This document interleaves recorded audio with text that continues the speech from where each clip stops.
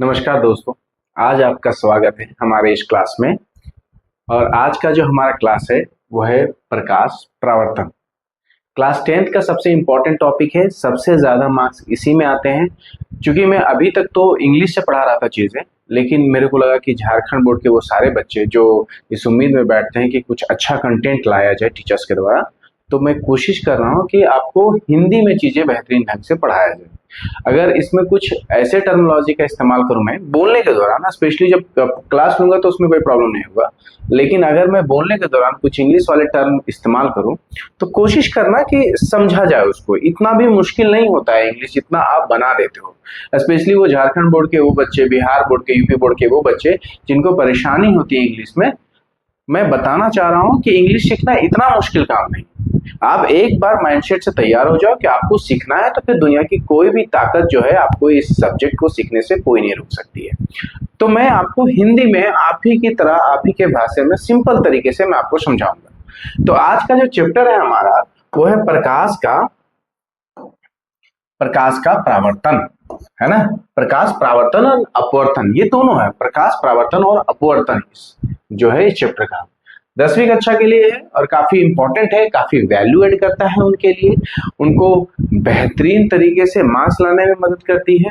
Jharkhand board, Bihar board में ये सवाल आपको मिलेंगे। मैं कुछ सवालों को भी डिस्कस करूंगा इस क्लास के बाद। अगले वीडियोज में कोशिश करूंगा कि मैं उसके सवालों को भी लाऊं, तो आपको समझ में आएगा कि ये चैप्टर जो है कितना वैल्यू एड करता है, कितना महत्वपूर्ण है आपके लिए। एग्जामिनेशन में आपको कितने अच्छे अच्छे सवाल इससे पूछे जाते हैं, इसलिए चैप्टर को आप महत्व दो। ठीक है, चलते हम आपको पढ़ाते हैं। अगर किसी भी तरीके से आपको दिक्कत होता है, कोई भी बच्चा को अगर कोई भी प्रॉब्लम होता है, तो बच्चा आप बिल्कुल कमेंट बॉक्स पे जाओ, आप उस प्रॉब्लम को लिखो। मैं कोशिश करूंगा कि उन प्रॉब्लम को आपको सॉल्व करके दूं, आपको समाधान करके उन सवालों को दूं। ठीक है, चलते हैं आगे हमारे पहली बात, हम पूरे चैप्टर को पढ़ने से पहले हम ये समझेंगे कि इस अध्याय में शामिल क्या क्या है। ये जो अध्याय है, ये जो चैप्टर है, इस चैप्टर में एक्चुअली शामिल क्या क्या है। जब हम इसको समझ लेंगे तो हमको पढ़ना क्या क्या है वो समझेंगे, और ये भी आप भी समझेंगे कि कौन सा चीज, कौन सा ये जो टॉपिक है वो तुम्हारे लिए, तुम्हारे एग्जामिनेशन के लिए सबसे ज्यादा इंपॉर्टेंट रखता है। इंपॉर्टेंट तो है, सब है इंपॉर्टेंट, लेकिन कौन सबसे ज्यादा इंपॉर्टेंट है ये समझेंगे। तो इसमें शामिल विषय के बारे में पढ़ेंगे। तो सबसे पहले हम परिचय पढ़ेंगे। परिचय में हम क्या पढ़ेंगे? परिचय में हम पढ़ेंगे कि बेसिकली प्रकाश है क्या। ये पढ़ा जाएगा कि प्रकाश जो है वो क्या है, किसको हम प्रकाश कहते हैं। प्रकाश के विषय में पढ़ेंगे, विषय वस्तु में, मतलब आप समझोगे कि प्रकाश के परिचय में मैं उसके विषय के बारे में पढ़ेंगे हम, और ये समझेंगे कि प्रकाश के अंदर क्या क्या चीजें आती हैं। जैसे प्रकाश की गति के बारे में जब आप समझोगे कि उसकी गति कितनी है, तो गति है 3 × 10⁸ मीटर पर सेकेंड। ठीक है, तो इन्हीं सब चीजों को, उनके किरदारों के बारे में, उनके विषय वस्तु के बारे में, परिचय में आज खास करके प्रकाश और प्रकाश के परिचय के बारे में आता है, उन सब चीजों को समझेंगे। इसके बाद क्या होगा? तो इसके बाद हम लोग पढ़ेंगे परावर्तन। यहां से सवाल आते हैं, यहां से आपको ऑब्जेक्ट जो है आपका एमसीक्यू जिसको कहते हैं, वो आपको एमसीक्यू के सवाल जो है प्रकाश के परावर्तन से पूछे जाते हैं। तो मैं कोशिश करूंगा कि उस प्रकाश के परावर्तन से जो एमसीक्यू आता है मैं उसको भी साथ साथ में लेके चलूं। तो प्रकाश का परावर्तन क्या होता है, इसके नियम क्या क्या है, परावर्तन के कुछ नियम है, इनके नियम को समझेंगे, है ना। तो प्रकाश के परावर्तन के नियम के बारे में समझेंगे कि वो नियम है क्या, और उस नियम के आधार पर किस तरीके से प्रकाश जो है जब किसी वस्तु से टकरा के वापस आती है तो वो किस तरीके से बिहेव करती है, किस तरीके से वो दिखलाती है हमको, वो नियम के आधार पर होता है, उस नियम को समझेंगे। फिर हम पढ़ेंगे समतल दर्पण के बारे में। ठीक है, कि एक्चुअल में समतल दर्पण है क्या। हम सभी जानते हैं ना, अपने घरों में हम जो जिस दर्पण का इस्तेमाल करते हैं अपना चेहरा देखने के लिए, आप सभी बच्चे कितने सुंदर लगते हो, आप कितनी देर बैठ के अपने चेहरे देखते हो।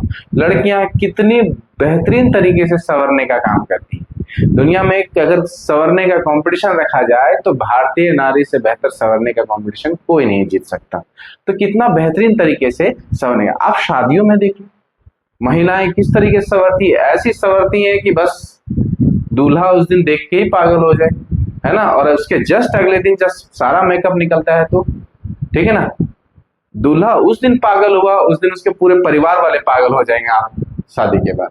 तो बेसिकली जो समतल दर्पण होता है, समतल दर्पण के बारे में हम लोग अपने घर में ही चीजें देखते हैं, और जो जो चीजें हम समतल दर्पण में देखते हैं उसी के बारे में यहाँ पढ़ेंगे। कुछ भी अलग नहीं है, कोई वो चीज अलग नहीं पढ़ेंगे। जो पढ़ेंगे समतल दर्पण के बारे में पढ़ेंगे, और जो हम लोग देखते हैं उसी के बारे में पढ़ेंगे। ठीक है, उससे बने प्रतिबिंबों के बारे में पढ़ेंगे, कैसा कैसा प्रतिबिंब बनता है ना, बढ़िया बनता है, खराब बनता है, मुंह टेढ़ हो जाता है, या फिर बड़ा बनता है, छोट बनता है, पीछू बनेगा, आगू बनेगा, इन सब के बारे में पढ़ेंगे। हम पढ़ेंगे गोलाकार दर्पण के बारे में। ठीक है, इसको इंग्लिश में कहते हैं स्फेरिकल मिरर। तो इंग्लिश वाला का लेना देना आपको, है ना। हम समझेंगे कि गोलाकार दर्पण है क्या। ठीक है, अब जैसे गोला आता है आपको समझ में आना चाहिए, क्या समझना चाहिए कि भाई गोला है यानी गोला है, जो गोल है वो गोला है। तो जो दर्पण गोला है, जो दर्पण गोल है उसको गोलाकार दर्पण कहते हैं। ऐसा दर्पण जो गोल है उसको गोलाकार दर्पण कहा जाएगा। कोई टॉपिक ऐसा नहीं है, ये जो विषय वस्तु आप पढ़ रहे हो ना इस शामिल अध्याय में, ये कोई ऐसा मुश्किल काम नहीं है। कभी कभी हमको भी परेशानी होता है, इंग्लिश में आदत हो गया है तो हिंदी में आने में थोड़ा दिक्कत होता है, लेकिन आपको दिक्कत नहीं होगा, इस बात की गारंटी देते हैं हम। ठीक है, गोलाकार दर्पण में कुछ सामान्य शब्द के इस्तेमाल किए गए। ठीक है, उन शब्दों का क्या अर्थ है ना, अर्थ है कि अनर्थ है, ये सब बात पढ़ेंगे। तो सामान्य शब्द के बारे में हम समझने की कोशिश करेंगे। फिर गोलाकार दर्पण से किस तरीके से किरण आरेख का इस्तेमाल करते हुए, है ना, किरण आरेख का इस्तेमाल करते हुए प्रतिबिंब का निर्माण होता है। किरण आरेख का इस्तेमाल करते हुए किस तरीके से प्रतिबिंब का निर्माण होता है, इसके बारे में हम पढ़ने जाएंगे यहाँ पे। ठीक है, आगे हम पढ़ेंगे अवतल दर्पण के बारे में। ठीक है, तो दर्पण दो तरीके का होता है। ठीक है, एक तो है आपका समतल दर्पण, दूसरा है गोलीय दर्पण। उस गोलीय दर्पण में दो तरीके के और दर्पण होते हैं। कौन कौन से? तो अवतल दर्पण और उत्तल दर्पण। इस अवतल दर्पण को अगर इंग्लिश में कहे ना तो इस अवतल दर्पण को कहते हैं कॉनकेव मिरर, है ना। तो जो कॉनकेव है यानी जो केव की तरह यानी गुफे की तरह जो मिले उसको अवतल दर्पण कहते हैं। फिगर देखेंगे, फोटो आएगा, देखेंगे, समझ में भी आएगा बुझने में। ठीक है, तो ये अवतल दर्पण है और अवतल दर्पण से बनने वाले प्रतिबिंबों के बारे में समझेंगे हम बेहतरीन तरीके से।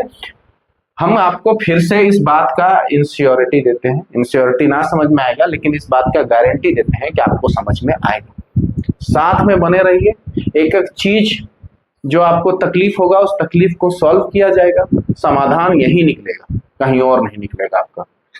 ठीक है, अवतल दर्पण के बाद हम उत्तल दर्पण से बने प्रतिबिंबों के बारे में पढ़ेंगे। किससे? तो किरण आरेख का इस्तेमाल करेंगे। किसका इस्तेमाल करेंगे? तो एक ही चीज है भाई बचाने वाला, किरण आरेख। और किरण आरेख का इस्तेमाल करते हुए हम उत्तल दर्पण से बनने वाले प्रतिबिंबों को हम यहाँ पे बताएंगे। फिर अवतल दर्पण और उत्तल दर्पण का उपयोग, तो हमारे सामान्य जीवन में अवतल और उत्तल दर्पण का उपयोग कहाँ हम अवतल और उत्तल दर्पण का उपयोग करते हैं उसके बारे में समझेंगे। फिर हम समझेंगे कि गोलाकार दर्पण जो है उसका कुछ चिन्ह परिपाटी तो होगा ना, है ना, चिन्ह परिपाटी समझेंगे। और ये चिन्ह परिपाटी बहुत जरूरी है क्योंकि जब आप न्यूमेरिकल बनाओगे ना, जब आप दर्पण सूत्र के थ्रू से जो भी न्यूमेरिकल्स वगैरह सॉल्व करोगे, है ना, तो उस न्यूमेरिकल्स में आपको ये जो चिन्ह परिपाटी है ना, ये चिन्ह परिपाटी मदद करेगी। और मैं चिन्ह परिपाटी को याद कराऊंगा, क्लास के अंदर सब याद होगा बच्चा, क्लास के बाहर कुछ नहीं, आपको बैठ के अलग से नहीं पढ़ना, यही याद होने वाला है। फिर हम पढ़ेंगे आवर्धन के बारे में। आवर्धन को मैग्निफिकेशन कहते हैं इंग्लिश में, लेकिन आवर्धन कहते हैं कि प्रतिबिंब के आकार का वस्तु के आकार के सापेक्ष में कितना ज्यादा बड़ा या छोटा होना, वो आवर्धन कहलाता है हमारा। ठीक है, इसको मैग्निफिकेशन कहते हैं। अगर गूगल में आप सर्च मारोगे मैग्निफिकेशन तो आपको बता देगा कि मैग्निफिकेशन मतलब इनलार्ज होता है, बड़ा करना होता है। तो यहाँ पे आवर्धन पढ़ेंगे। तो बेसिकली ये परिचय रहा हमारा मोटा मोटी। और इस परिचय में अगर फिर भी कोई आपको चीजें नहीं समझ में आ रहा है तो चैप्टर के अंदर घुसते हैं, वहां घुसने के बाद तो डेफिनेटली समझ में आएगा। आगे चलते हैं। शब्दों में ना जाए, भावनाएं में जाए। आपको मैं फिर से कह रहा हूं कि मेरे शब्दों में ना जाए।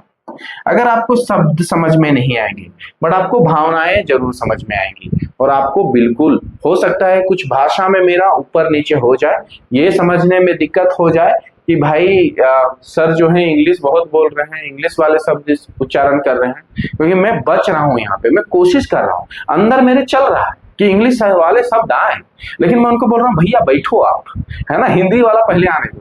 मेरा बच्चा लोग हिंदी में भी कुछ कुछ पढ़ता है, उसको भी सीखने में आना चाहिए। तो हम इसका पहले परिचय पढ़ते हैं। परिचय में हमारा कहता है कि प्रकाश क्या है। प्रकाश क्या है? प्रकाश ऊर्जा का वह रूप है, प्रकाश ऊर्जा का वह रूप है जो हमें दृष्टि की अनुभूति प्रदान करती है। ठीक है, अगर मैं इसको लिखूं दृष्टि के जगह पे, जो हमें, यहां पे मैं लिख दूं जो हमें किसी वस्तु को देखने में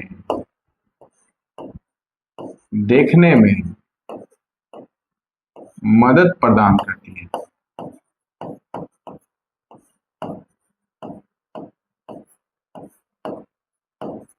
ठीक है, देखो इसको आसान भाषा में भी हम करके लिख दिए हैं कि आपको लगे कि थोड़ा सा ऊपर वाला भाषा थोड़ा मुश्किल है, कि प्रकाश ऊर्जा का वह रूप है जो हमें दृष्टि की अनुभूति प्रदान करती है। अगर दृष्टि की अनुभूति क्या है? दृष्टि मतलब देखना बच्चा, अनुभूति मतलब महसूस करना होता है। तो मैं लिख दिया प्रकाश ऊर्जा का वह रूप है जो हमें किसी वस्तु को देखने में मदद प्रदान करती है। कोई चीज को हम देख पा ले तो वो हम क्या कहेंगे कि प्रकाश हमको मदद किया। देखो दो चीजें हैं यहाँ पे, समझने वाली बात है। पहले एक तो हम लोग का आंख है ना, और एक होता है लाइट। तुमको एक कमरे में घुसा देते हैं जहां लाइट नहीं है, जहां कोई प्रकाश नहीं है। अगर प्रकाश नहीं है तो तुम वहां पे कुछ भी नहीं देख पाओगे, और तुम्हारा आंख बंद कर देते हैं और फिर तुमको पूरा लाइट देते हैं तब भी कुछ नहीं देख पाओगे। यानी इन दोनों का आपस में सामंजस्य होना बहुत जरूरी है। ये दोनों एक दूसरे के क्या है? पूरक है, एक दूसरे को पूरा करते हैं, है ना। तो आप समझेंगे ऐसे कि ये जब एक दूसरे को पूरा करते हैं तो ये ऊर्जा का वह स्रोत है जो किसी वस्तु को देखने में हमें मदद करती है। और कैसे दिखता है आपको? तो प्रकाश का सीधा सीधा नियम है, वो सीधा रेखा में आएगा, सीधे आएगा, सीधे किसी दीवार में टकराएगा, और टकराने के बाद फिर हमारी आंखों में जाएगा, और आंखों में जाने के बाद हमारा एक रेटिना होता है। रेटिना क्या हो गया? पर्दा होता है। Retina is a kind of पर्दा, है ना। तो पर्दा होता है, पर्दा में जाके तुम्हारा फोटो बनेगा।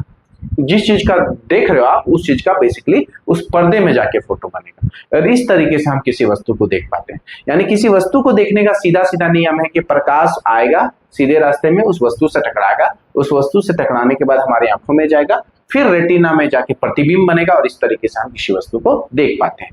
तो ये पूरी प्रक्रिया मैंने बता दी आपको कि किसी वस्तु को कैसे देखते हैं, है ना, किसी वस्तु को कैसे देखा जा सकता है, ये पूरा प्रक्रिया है। लेकिन हम इसके, अगर हमको इसका परिभाषा लिखना होगा कि क्या होता है बेसिकली प्रकाश, तो प्रकाश ऊर्जा का वह रूप है जो हमें किसी वस्तु को देखने में मदद करती है।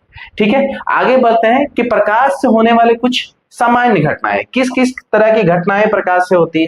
तो प्रकाश से होने वाली सामान्य घटना है कि प्रतिबिंब बनेगा भैया, है ना। प्रकाश संबंधित कुछ घटनाएं क्या है कि दर्पण की मदद से, है ना, प्रकाश की उपस्थिति में दर्पण की मदद से क्या बन रहा है? तो प्रतिबिंब बन रहा है। फिर उस क्या होता है कि तारों का टिमटिमाना, है ना, प्रकाश ही वह स्रोत है। तारे क्या है? तारे भी तो सूर्य की तरह है, तारे सूर्य ही है, सूर्य ही तारा है। अब समझो वो तारे जो बहुत दूर है, वो उनकी प्रकाश जब हमारे तक पहुंचती है और टिमटिमाती हुई नजर आती है तो उसको कहते हैं तारों का टिमटिमाना। और ये घटना क्यों हो पाता है? तो प्रकाश की उपस्थिति के कारण हो पाता है। उसके बाद हम समझते हैं कि इंद्रधनुष के सुंदर रंग, है ना, हमको पता है कि प्रकाश का जो रंग होता है ना, प्रकाश इंग्लिश में लाइट कहते हैं। तो प्रकाश का जो रंग होता है वो सफेद होता है। सफेद कोई रंग थोड़ी ना होता है, कोई रंग नहीं होता, ठीक है। तो प्रकाश सफेद रंग नहीं होता है, तो फिर ये यहां से इंद्रधनुष बन के 7 रंग आ कहां से रहे? 7 रंग आसमान से थोड़ी ना गिर रहे हैं, ये 7 रंग आ कहां से रहे हैं? तो बेसिकली ये 7 रंग कहा जाता है कि वो जो सफेद रंग है, वो सफेद रंग इन 7 रंगों से मिलके बना होता है। 7 रंगों से मिलके हमारा क्या बनाता है? सफेद रंग बनाता है। और वही सफेद रंग आपको इंद्रधनुष के रूप में आसमान में दिखाई पड़ते हैं, ठीक है। अब हम बोलते हैं कि जब प्रकाश किसी माध्यम से होकर गुजरती है, किसी माध्यम से जब प्रकाश होकर गुजरती है तो प्रकाश मुड़ जाती है, और इस प्रक्रिया को हम लोग अपवर्तन कहते हैं। सीधी सी बात समझो, प्रकाश सीधी रेखा में गमन करती है और प्रकाश जब भी किसी एक माध्यम से दूसरे माध्यम में जाएगी वो अपनी दिशा बदल लेती है और इस प्रक्रिया को हम अपवर्तन कहते हैं। तो ये जो छोटा छोटा आप घटनाएं देख रहे हो, जो मैं यहाँ एक्सप्लेन कर रहा हूँ, मैं यहाँ जो बता रहा हूँ इन छोटी छोटी घटनाओं को, ये घटनाएं जो है, ये जो छोटी छोटी घटनाएं आप यहाँ पे देख रहे हो, ये घटनाएं किसकी वजह से हो रहा है? तो प्रकाश की उपस्थिति की वजह से हो रहा है, प्रकाश के प्रेजेंस की वजह से हो रहा है। क्लियर बात? तो छोटा मोटा परिचय था, छोटा मोटा परिचय किया, अब थोड़ा मोटा मोटा चीज पढ़ते हैं। बोला गया प्रकाश के क्या क्या गुणधर्म है। प्रकाश के कुछ गुणधर्म होंगे जिसकी मैं बात कर रहा था आपको जब मैं परिचय दे रहा था इस पूरे के, इसको ओवरव्यू कहते हैं कि जब मैं बता रहा था कि क्या क्या पढ़ना है उसमें मैं यही चीज बोल जाता, गुणधर्म, है ना। गुणधर्म यानी कैरेक्टरिस्टिक्स कहते हैं जिसको इंग्लिश में, क्वालिटी। जैसे आपका अपना खुद का कुछ ना कुछ तो क्वालिटी होगा, कुछ ना कुछ तो गुणधर्म होगा कि भैया आपको बहुत जल्दी जो है जो भूख लग जाता है, आपको बात करना बहुत पसंद है ना, आपको दोस्तों के साथ घूमना पसंद है, ये गुणधर्म है आपका और वो गुणधर्म निकल के आएगा। बस वहीं पे हम ये भी पढ़ रहे हैं कि प्रकाश का कुछ कुछ गुणधर्म होता है, अच्छा अच्छा गुणधर्म होता है। क्या है? तो प्रकाश एक विद्युत चुंबकीय तरंग है। प्रकाश किस तरह का तरंग है ना? तो प्रकाश एक विद्युत चुंबकीय तरंग है और विद्युत चुंबकीय तरंग की खास बात यही है कि इसको किसी माध्यम का जरूरत नहीं है ना, ये निर्वात में भी गमन कर सकता है। यानी जो ऐसा विद्युत चुंबकीय तरंग वो होता है जिसे किसी माध्यम की आवश्यकता नहीं है, माध्यम का जरूरत ही नहीं है, अपने आप में सफिशिएंट है, अपने आप में इसके पास सब कुछ है। विद्युत चुंबकीय तरंग ऐसा होता है जो बिना किसी माध्यम के भी गमन करती है। ठीक है। प्रकाश हम जानते हैं, प्रकाश हमेशा सीधा होता है, वो सीधी रेखा में गमन करेगी, है ना। प्रकाश जो आपको मेरे तरफ दिख रहा है, ऊपर में लगा हुआ प्रकाश जो मेरे तरफ से सीधा जमीन पे आ रहा है, वो सीधी रेखा में गमन करती है। हाँ, वो अपना रास्ता बिल्कुल बदलती है, वो अपना रास्ता तब बदलेगी जब एक माध्यम से दूसरे माध्यम में घुस जाएगी। ठीक है। और उसको मैंने बताया भी, क्या कहते हैं उसको? अपवर्तन कहते हैं। ठीक है, दिमाग में बैठा लो अभी से। जब एक माध्यम से दूसरे माध्यम में जाएगी, अपना रास्ता जैसे बदली, उसको अपवर्तन कहते हैं। तो प्रकाश सीधा रेखा में गमन करती है बच्चा, सीधा रेखा में सीधे सीधे जाएगी। ठीक है। प्रकाश का देखो, प्रकाश का दोहरी प्रकृति है, ये अपना दोहरा स्वरूप हमेशा दिखाएगा, है ना। ये दोहरा स्वरूप कैसा दोहरा स्वरूप है? तो प्रकाश जो है तरंग और कण, ये दोनों अवस्थाओं में देखा गया। ठीक है। इस एक्सपेरिमेंट को कहा गया था डबल स्लिट एक्सपेरिमेंट थ्योरी। ठीक है, कि प्रकाश को जैसा देखो, आइंस्टीन के द्वारा किया गया था। आइंस्टीन का योगदान है कि दोहरा स्वरूप कैसे है प्रकाश का, तो आइंस्टीन का दिया गया था, जिसमें बोला गया था कि तरंग और कण दोनों की तरह है। यानी बोले कि प्रकाश को जैसा देखोगे ना वो वैसा दिखेगा। आप देखना चाहते हो कि प्रकाश तरंग की तरह दिखता है, ठीक है, तो प्रकाश तरंग की तरह दिखेगा। आप देखना चाहते हो कि प्रकाश जो है वो कण की तरह दिखता है, तो प्रकाश कण की तरह दिखेगा। यानी आपके देखने पे निर्भर करेगा कि प्रकाश कैसा दिखता है। ये बड़ा सुनने में अटपटा सा लग रहा है, लेकिन यही वास्तविकता है, यही निकाले थे। ठीक है, एक्सपेरिमेंट के थ्रू से यही निकाला गया था कि प्रकाश का दोहरा स्वरूप है ना। हर व्यक्ति का दोहरा चरित्र होता है, आपके दोस्त का भी दोहरा चरित्र होगा। ढूंढो, पता करो, है ना। जो दोस्त आपके साथ बैठते हैं, क्या वो सच में आपके दोस्त हैं? तो अगर उनमें दोहरा चरित्र है तो उन दोहरे चरित्र वाले लोगों से बच के रहना है। अपने अड़ोस पड़ोस में जो दोहरे चरित्र लोगों वाले हैं उससे बच के रहना है, क्योंकि दोहरे चरित्र वाले लोग कभी भी आपको धोखा देके निकल सकते हैं। तो इसी तरीके से प्रकाश भी दोहरे चरित्र का है और इसके पास तरंग और कण दोनों अवस्था में।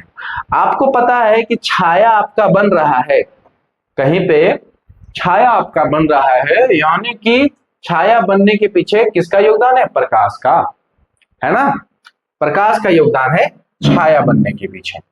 फिर प्रकाश की हम यहां देखते हैं कि निर्वात में प्रकाश की गति अधिकतम होती है। निर्वात में जब बात करें, निर्वात वैसा जहां हवा ही नहीं होता है। जैसे कि आप चले जाओ, आप स्पेस में चले जाओ। स्पेस यानी हमारा अर्थ के चारों ओर जो हवा का एक पूरा लेयर बना पड़ा है, हवा का पूरा जो कवरिंग है, उसके अगर बाहर चले जाते हैं स्पेस में, सभी को पता होगा स्पेस में कहां जाना है, स्पेस में चले जाते हैं, वहां पे किसी तरह का हवा उपस्थित नहीं है। जब वो हवा उपस्थित नहीं है तो उस अवस्था को, उस जगह को क्या कहेंगे? तो उस जगह को निर्वात कहा जाता है, निर्वात कहा जाता है। अब बोला गया निर्वात में प्रकाश की गति की बात करते हैं, तो निर्वात में प्रकाश की गति सबसे अधिकतम होती है, सबसे अधिकतम। और वो कितनी होती है? तो 3 इंटू 10⁸ मीटर पर सेकेंड। तो तुम्हारे मन में ख्याल आएगा कि भाई आगे का क्या, तो वायु में भी होगा। हाँ बच्चा, वायु में भी प्रकाश की गति होती है। वायु में प्रकाश की गति, वायु में प्रकाश की गति जब हम समझेंगे तो वो कितना होता है, तो 2.9 इंटू 10⁸ मीटर पर सेकेंड। ये चीज तो इंग्लिश में निकलेगा बाब, है ना। बहुत कोशिश की है कि 2.9 गुना 10/10 पर पावर 8 मीटर पर सेकेंड होता है। नहीं समझ में बढ़िया से फीलिंग नहीं आता, बढ़िया अंदर कलेजा में ऐसा लगता है कि नहीं 2.9 इंटू 10⁸ मीटर, इतना तो बेसिक समझते हैं। तो वायु में प्रकाश की गति 2.9 इंटू 10⁸ मीटर पर सेकेंड होता है, जिसको हम लोग अप्रोक्स कितना मानते हैं, तो अप्रोक्स मान लेते हैं कि ये कुछ नहीं, तो ये निर्वात की तरह ही इतना ही लेके चलते हैं। तो जब भी हम कभी किसी तरह का न्यूमेरिकल सॉल्व करते हैं तो 3 ही लेते हैं, 3 गुना 10⁸ मीटर पर सेकेंड। ठीक है, तो ये बातें हो गई। अब आगे बढ़ते हैं। तो आगे है कि जब प्रकाश किसी सतह पर पड़ता है तो क्या क्या होता है, ये समझना जरूरी है, क्योंकि इन्हीं घटनाओं के आधार पे तुम्हारा प्रकाश का पूरा चैप्टर का निचोड़ है। तो यहां समझना जरूरी है कि जब प्रकाश किसी सतह पर टकराती है, तो जैसे देखो सीधा सा बात, एक गेंद लेते हैं, है ना, एक गेंद को दीवार में खींच के मारते हैं और फिर उस गेंद को अपनी तरफ कैच लेते हैं, तो क्या हुआ, गया और टकरा के वापस आया, यानी कि ये परावर्तन हुआ। ये गेंद मारे दीवार में और आपकी तरफ आया, यानी गेंद का परावर्तन हुआ। तो उसी तरह से प्रकाश अगर किसी सतह से टकरा के तुम्हारी तरफ वापस लौट आ जाती है, यानी वापस उसी माध्यम में लौट आती है, तो उसको हम लोग परावर्तन कहते हैं, और यही तो हमारा है परावर्तन। ठीक है, और इसी परावर्तन को पढ़ना है, इससे बहुत अच्छे अच्छे सवाल बनते हैं। ठीक है, उसके बाद पढ़ते हैं अपवर्तन। अपवर्तन में हमने क्या बताया, बात किया था मैंने इंट्रो, जब मैं इस पूरे चैप्टर का, इस पूरे अध्याय का, जब मैं आपको क्या बता रहा था, सार बता रहा था कि इसमें क्या क्या सम्मिलित है, उसी वक्त बताया था कि अपवर्तन क्या है। अपवर्तन बताया था कि जब कभी प्रकाश एक माध्यम से दूसरे माध्यम में जाती है, अपना रास्ता बदल देती है, उसको अपवर्तन कहते हैं। तो इस पे भी अच्छे अच्छे सवाल आते हैं, यहाँ पे भी ध्यान देना है। फिर अवशोषण की बात करते हैं। अवशोषण यानी प्रकाश को अवशोषित कर लिया जाता है। देखो परावर्तन के दौरान भी ये अवशोषण वाला पार्ट आप में नहीं देखने को मिलेगा, तो इस पे ध्यान नहीं देना है। अवशोषण वो होता है कि जब भी कभी प्रकाश का परावर्तन होता है किसी सतह पे टकराने पे, तो उसका कुछ एक हिस्सा जो है अवशोषित कर लिया जाता है। सारे प्रकाश की किरणें आपको वापस लौटा नहीं दी जाती, आपके माध्यम में वापस लौट के नहीं आ जाएगी सारी, कुछ अवशोषित कर ली जाती है, तो वो भी पार्ट है। बट यहाँ पे अवशोषण के बारे में हम लोग नहीं पढ़ेंगे ज्यादा, इस पूरे चैप्टर में तो नहीं पढ़ेंगे। ठीक है, आगे बढ़ते हैं। आगे हमको चलते हैं, परावर्तन आ गया। देखे ये सबसे इंपॉर्टेंट वाला आ गया, सबसे इंपॉर्टेंट सबसे महत्वपूर्ण बात, परावर्तन कि बेसिकली परावर्तन है क्या। तो अभी जैसे मैंने क्या बताया था, ध्यान रखना है, एक गेंद लो, गेंद को दीवार में मारो, फिर वो तुम अपनी तरफ कैच करते हो। तो देखना जब गेंद मारोगे दीवार में और कैच करोगे, ये सारी घटनाएं होने वाली है आपके साथ। और अगर गेंद मारते हो दीवार में वापस तुम्हारी तरफ आता है, तो ये गेंद का परावर्तन है। उसी तरह से प्रकाश जब किसी सतह से टकराती है, चिकनी खुरदरी कैसी भी सतह, जब प्रकाश किसी सतह से टकराती है, चाहे वो चिकनी हो या खुरदरी हो, कोई फर्क नहीं पड़ता, जब वो सतह से टकराएगी और वापस तुम्हारी माध्यम में तुम्हारी तरफ ही प्रकाश लौट के वापस आ जाती है, तो इसको प्रकाश का परावर्तन कहते हैं। तो किसी पॉलिश सतह पे, है ना, किसी पॉलिश सतह पे जब प्रकाश टकराती है तो वापस उसी माध्यम में लौट आती है, जैसे दर्पण पर टकराने पर वापस उछलना। ठीक है, तो मैं यहाँ का जो परिभाषा है मेरे को कुछ अच्छा नहीं लग रहा है, मैं इस पे कुछ अपना देता हूं। क्या है कि जब प्रकाश, ये अच्छा कलर नहीं है, इसके जगह पे मैं, जब प्रकाश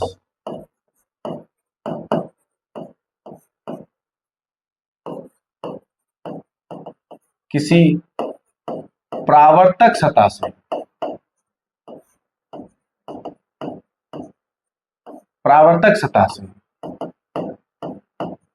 टकराकर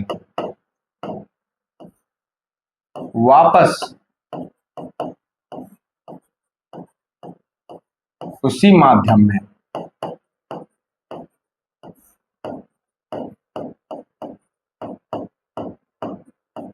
लौट आती है।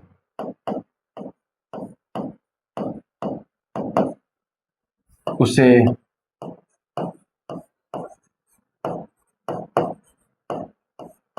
प्रकाश का परावर्तन कहते हैं।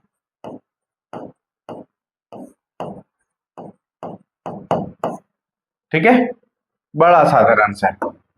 जो मैंने बात बताया मैंने उसी बात को यहाँ पे लिख दिया है। तो कोशिश आप ये करेंगे कि इस बात को अपने कॉपी में नोट कर लेंगे। ये डेफिनेशन उतना कोई खास नहीं लग रहा है। ठीक है, तो अब प्रकाश के नियम के बारे में समझेंगे। और देखो बच्चा, जब कोई चीज नियम के तौर पे आती है, जब कोई चीज नियम के तौर पे आता है, तो नियम हमेशा इसलिए बनाया जाता है कि उसको कहीं भी तोड़ा ना जा सके।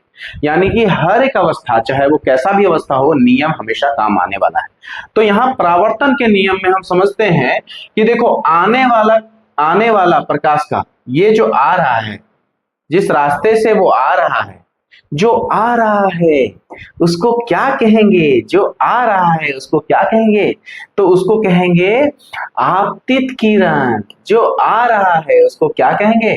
आपतित किरण। आने वाले किरण को क्या कहेंगे? आपतित किरण। और जो जा रहा है, तो जो जाने वाला किरण है उसको क्या कहेंगे? परावर्तित किरण। परावर्तित किरण कहा जाता है। ठीक है, और बीच बीच में एक लाइन खींचा जाता है, बीच बीच में लाइन खींचा जाता है ना? बीच बीच में लाइन खींचा जाता है जिसको हम लोग अभिलंब कहते हैं। ये सतह के, ये जो सतह है, इस सतह के 90 डिग्री पे होता है, इस सतह के 90 डिग्री के कोण का बनाएगा ये। तो इसको कहेंगे हम लोग, क्या कहेंगे? इसको कहते हैं, ये जो नॉर्मल लिखा गया है, ये जो नॉर्मल है, ये बेसिकली इसको क्या कहा जाता है? अभिलंब कहा जाता है। अभिलंब कहा जाता है। तो आप समझोगे, आपको यही याद होने वाला है, घर लेके कोई नहीं बच्चा जाएगा। पहला क्या है? आने वाले को क्या कहेंगे? आपतित किरण। जाने वाले को क्या कहेंगे? परावर्तित किरण। आने वाले को आपतित किरण, जाने वाले को परावर्तित किरण। और सतह के समक्ष 90 डिग्री का जो कोण बना रहा है उसको क्या कहा जाता है? अभिलंब कहा जाता है। तो बताओ, आने वाला किरण जब अभिलंब के साथ जो कोण बनाएगा उसको हम किससे डिनोट करते हैं? तो आई से डिनोट करते हैं। किससे डिनोट करते हैं? तो आई से डिनोट करते हैं, है ना? और इस कोण को कहा जाता है, क्या कहा जाता है? तो आपतन कोण कहा जाता है। इस कोण को क्या कहा जाएगा? तो आपतन कोण कहा जाएगा। और परावर्तित किरण जब आपके अभिलंब के साथ जो कोण बनाएगा, परावर्तित किरण जब अभिलंब के साथ कोण बनाएगा, इसको क्या कहा जाएगा? तो इसको कहा जाएगा आपका परावर्तन कोण। ये आपतन कोण है और ये परावर्तन कोण है। परावर्तन कोण को हम किससे दिखाते हैं? आर से दिखाते हैं। ठीक है, परावर्तन कोण को हम किससे दिखाते हैं? परावर्तन कोण को हम आर से दिखाते हैं। अब देखो, आने वाले को आपतित किरण, और जब अभिलंब के साथ जो कोण बनाएगा उसको आपतन कोण कहेंगे, और जाने वाले को परावर्तित किरण, और जब अभिलंब के साथ ये कोण बनाएगा तो उसको हम क्या कहेंगे? परावर्तन कोण कहेंगे। सीधी सी बात है। ठीक है, अभिलंब क्या होता है? सतह से 90 डिग्री का कोण बनाता है। साधारण सी बात है। अब यहाँ पे जो नियम क्या कहता है? नियम कहता है कि कोई भी सतह, चाहे वो समतल सतह हो, चाहे वो उथला पुथला जैसा सतह हो, तो इसमें कहता है कि आपतन कोण परावर्तन कोण के बराबर होता है। कहता है पहला चीज कि आपतन कोण परावर्तन कोण के बराबर होता है, यानी angle I is equal to angle R. Angle I बराबर है किसके? एंगल आर के। ठीक है, एंगल आई बराबर है किस चीज के? एंगल आर के। तो आपतन कोण परावर्तन कोण के बराबर होता है। दूसरा नियम कहता है कि आपतित किरण, ये आपतित किरण, परावर्तित किरण और उस पर डाला गया अभिलंब, तीनों के तीनों किस पे हैं? एक ही सतह पे स्थित। तीनों के तीनों एक सतह पे दिख रहे हैं। तो ये सबसे आसान है। आपतित किरण, परावर्तित किरण तथा आपतन बिंदु पर डाला गया अभिलंब सब एक ही तल पर स्थित है।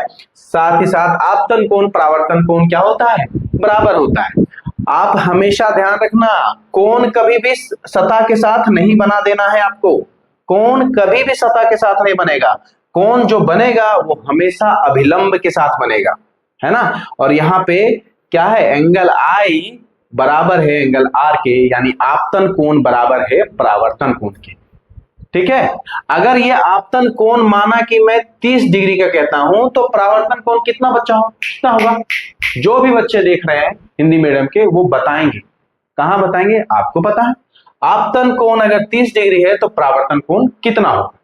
ठीक है, इससे और भी सवाल बनेंगे, मैं बताऊंगा, लेकिन मैं नहीं चाहता कि थोड़ी जटिलता लाया जाए इसमें, थोड़ा सहूलियत भरा हो, आराम आराम से खत्म करते हैं, फिर सवालों पे आ जाएंगे वापस घूम के। चलिए आगे बढ़ते हैं। हमारे पास आगे है हमारे पास छवि यानी कि प्रतिबिंब के बारे में पूछा गया है कि प्रतिबिंब है क्या, क्या है छवि, है ना, या प्रतिबिंब क्या है। तो प्रतिबिंब एक ऐसा बिंदु, छवि को हम प्रतिबिंब कहते हैं, छवि को क्या कहते हैं, प्रतिबिंब कहते हैं, यहाँ ट्रांसलेट किया गया है। तो ये छवि जो है, ये छवि को हम प्रतिबिंब कहते हैं। जब भी कोई प्रतिबिंब बने, प्रतिबिंब क्या है या छवि क्या है, एक ऐसा बिंदु जहां कम से कम दो प्रकाश किरणें वास्तव में मिलती है या मिलती हुई प्रतीत होती हैं, उसको हम लोग क्या कहेंगे, छवि कहेंगे, या फिर हम उसको प्रतिबिंब कहेंगे। प्रतिबिंब कहना ज्यादा सही है।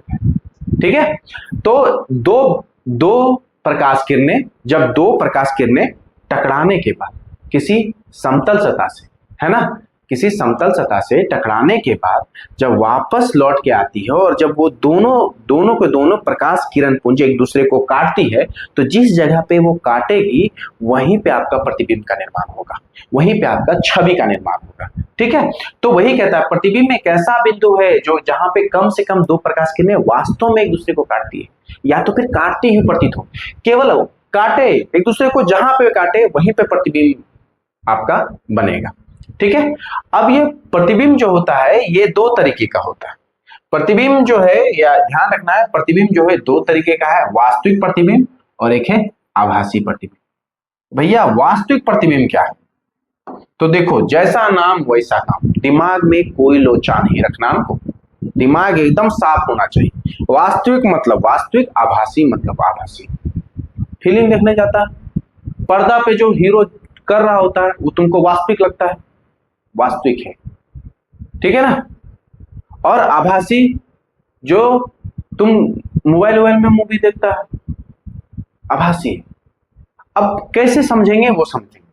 वास्तविक क्या है, जब प्रकाश की किरणें वास्तव में एक दूसरे को मिलती है, जब दो प्रकाश की किरणें वास्तव में एक दूसरे को काटते तो हम उसको क्या कहेंगे, वास्तविक प्रतिबिंब कहेंगे। छवि के जगह पे प्रतिबिंब, ध्यान रखना है, छवि जहां जहां हो प्रतिबिंब लिखेंगे हम। कि वास्तविक प्रतिबिंब क्या है, जब प्रकाश किरणें आपस में वास्तविक तौर पे मिलती है, जब प्रकाश की किरणें जब आपस में मिलती है तब इनका निर्माण होता है। वास्तविक तौर पे मिले, ठीक है, वास्तविक तौर पे एक दूसरे को काटे, तब हम कहेंगे कि वो वास्तविक प्रतिबिंब है। इसको स्क्रीन पे प्राप्त किया जा सकता है। खास बात यह है कि आप इसको स्क्रीन पे प्राप्त कर सकते हो, यानी कोई पर्दा लगा दिए हो और उस पर्दे पे हम जब हमको मिल जा रहा है, पर्दे पे प्रतिबिंब हमको दिख जा रहा है, तो उस तरह के प्रतिबिंब को हम वास्तविक प्रतिबिंब कहते थे। इसीलिए कहा ना मैंने, सिनेमा क्या है, उसको पर्दे पर हम लेके आ रहे हैं, तो एक वास्तविक प्रतिबिंब हमको दिखाता है। तो ये एक वास्तविक प्रतिबिंब है जिसको कहां पे देख पा रहे हैं हम लोग, स्क्रीन पे देख पा रहे हैं। ठीक है, स्क्रीन क्या है, स्क्रीन का हिंदी मीनिंग होगा, हिंदी बच्चा, वास्तविक का हिंदी क्या होगा, पर्दा में रहने दो। ये बेसिकली पर्दे में रहने की बात कर रहे हैं। तो जिसको पर्दा में ला सकते हैं, स्क्रीन पे ला सकते हैं, उसको वास्तविक प्रतिबिंब कहा जाएगा। वास्तविक प्रतिबिंब हमेशा उल्टा होता है। आप देखोगे आपके माँ बाप हमेशा कहते हैं कि बेटा थोड़ा ढंग से मेहनत कर लो, बेटा थोड़ा ढंग से पढ़ लो, बेटा थोड़ा ढंग से अच्छा कर लो।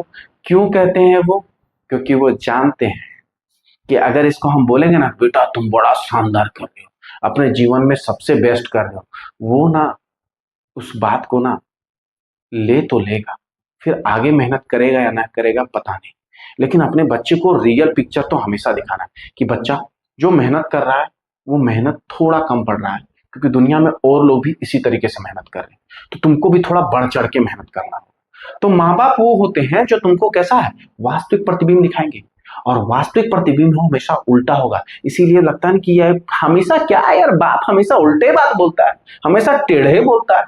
तो टेढ़ा और उल्टा नहीं बनता बच्चा, वो तुमको वास्तविक प्रतिबिंब दिखा रहा है।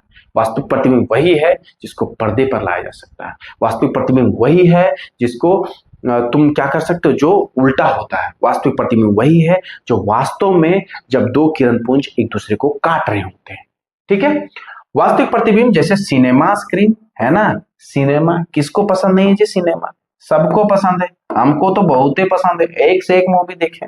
सिनेमा स्क्रीन पर बनने वाला प्रतिबिंब है ना, अवतल दर्पण द्वारा निर्मित प्रतिबिंब है ना, अवतल दर्पण द्वारा भी कुछ निर्मित प्रतिबिंब होता है, पढ़ेंगे पढ़ेंगे, टेंशन नहीं लेना है, ये भी पढ़ेंगे। उसके बाद आता है आभासी प्रतिबिंब। नाम ही कितना लगता है, आभासी, आभास हो रहा है, आभास हो रहा है मेरे को ऐसा, लेकिन वास्तव में है नहीं ऐसा, हमको क्या हो रहा है, आभास हो रहा है। कहता है यार हमको ना आभास हो रहा है कि कुछ अच्छा नहीं चल रहा है मेरी जिंदगी में। वो जो आभास हो रहा है ना, वास्तविक में ऐसा कोई जरूरी नहीं। कोई अरे यार हमको आभास हो रहा है मेरे घर में ना कोई किसी का तबीयत ठीक नहीं होगा, प्रॉब्लम होगा, ये तुमको आभास हो रहा है। जब फोन करके पूछते हो कैसन है भाई, सब लोग माए बाप सब सही है ना, तो बोलता है अरे भाई सब बढ़िया है, तुम बढ़िया से रहना, है ना। तो तुमको जो आभास होता है हमेशा वो वास्तविक में नहीं होता है। तो जो आभासी प्रतिबिंब होता है ना, वो तुमको आभास कराएगा, आपस में मिलता हुआ प्रतीत होगा, लेकिन कोई जरूरी नहीं है, कोई जरूरी नहीं है कि वो मिलेगा, मिलती हुई प्रतीत होती है। प्रकाश की किरणें जब आपस में मिलती हुई प्रतीत होती है तो आभासी प्रतिबिंब का निर्माण करती है ना, जब मिलती हुई प्रतीत हो। क्या इसको स्क्रीन पे प्राप्त कर सकते हैं, तो नहीं बच्चा, इसको स्क्रीन पे, इसको पर्दा पे नहीं ला सकते, इसको स्क्रीन पे प्राप्त नहीं कर सकते। ठीक है, अब जो आभासी होगा, ये आभासी समझो पड़ोसी होता है, वो हमेशा खड़ा रहेगा, तुमको लगेगा कितना सीधा आदमी, एक कर से सुंदर तो कोई बोलता नहीं, तुम्हारा पड़ोसी हो गया, तुम्हारा अगल बगल गांव मोहल्ले का, तुम करो वाह भाई क्या कमाल, क्या रे तुमसे सुंदर कोई इंसान है क्या धरती में, तुम सबसे बढ़िया है। और जो ऐसा बढ़िया बढ़िया बात तेरे मुंह पे बोले ना, सीधा सीधा बात बोले, समझ जाना भाई, वो तुमको वास्तविक प्रतिबिंब नहीं दिखा रहा है, वो तुमको आभासी प्रतिबिंब दिखा रहा है, वो चाहता है कि तुम गलत रास्ते में निकल जाओ। तो जो व्यक्ति तुम सीधा खड़ा मिलेगा तुमको, वो हमेशा क्या रहेगा, आभासी में रहेगा। आगे बढ़ते हैं, तो आभासी कौन दिखाता है हमको, तो समतल दर्पण। समतल दर्पण का जो प्रतिबिंब होता है वो कैसा होता है, आभासी होता है। समतल और कैसा कौन दिखाएगा, तो उत्तल दर्पण। तो ये समतल और उत्तल दर्पण तुमको क्या दिखाते हैं, आभासी प्रतिबिंब दिखाते हैं।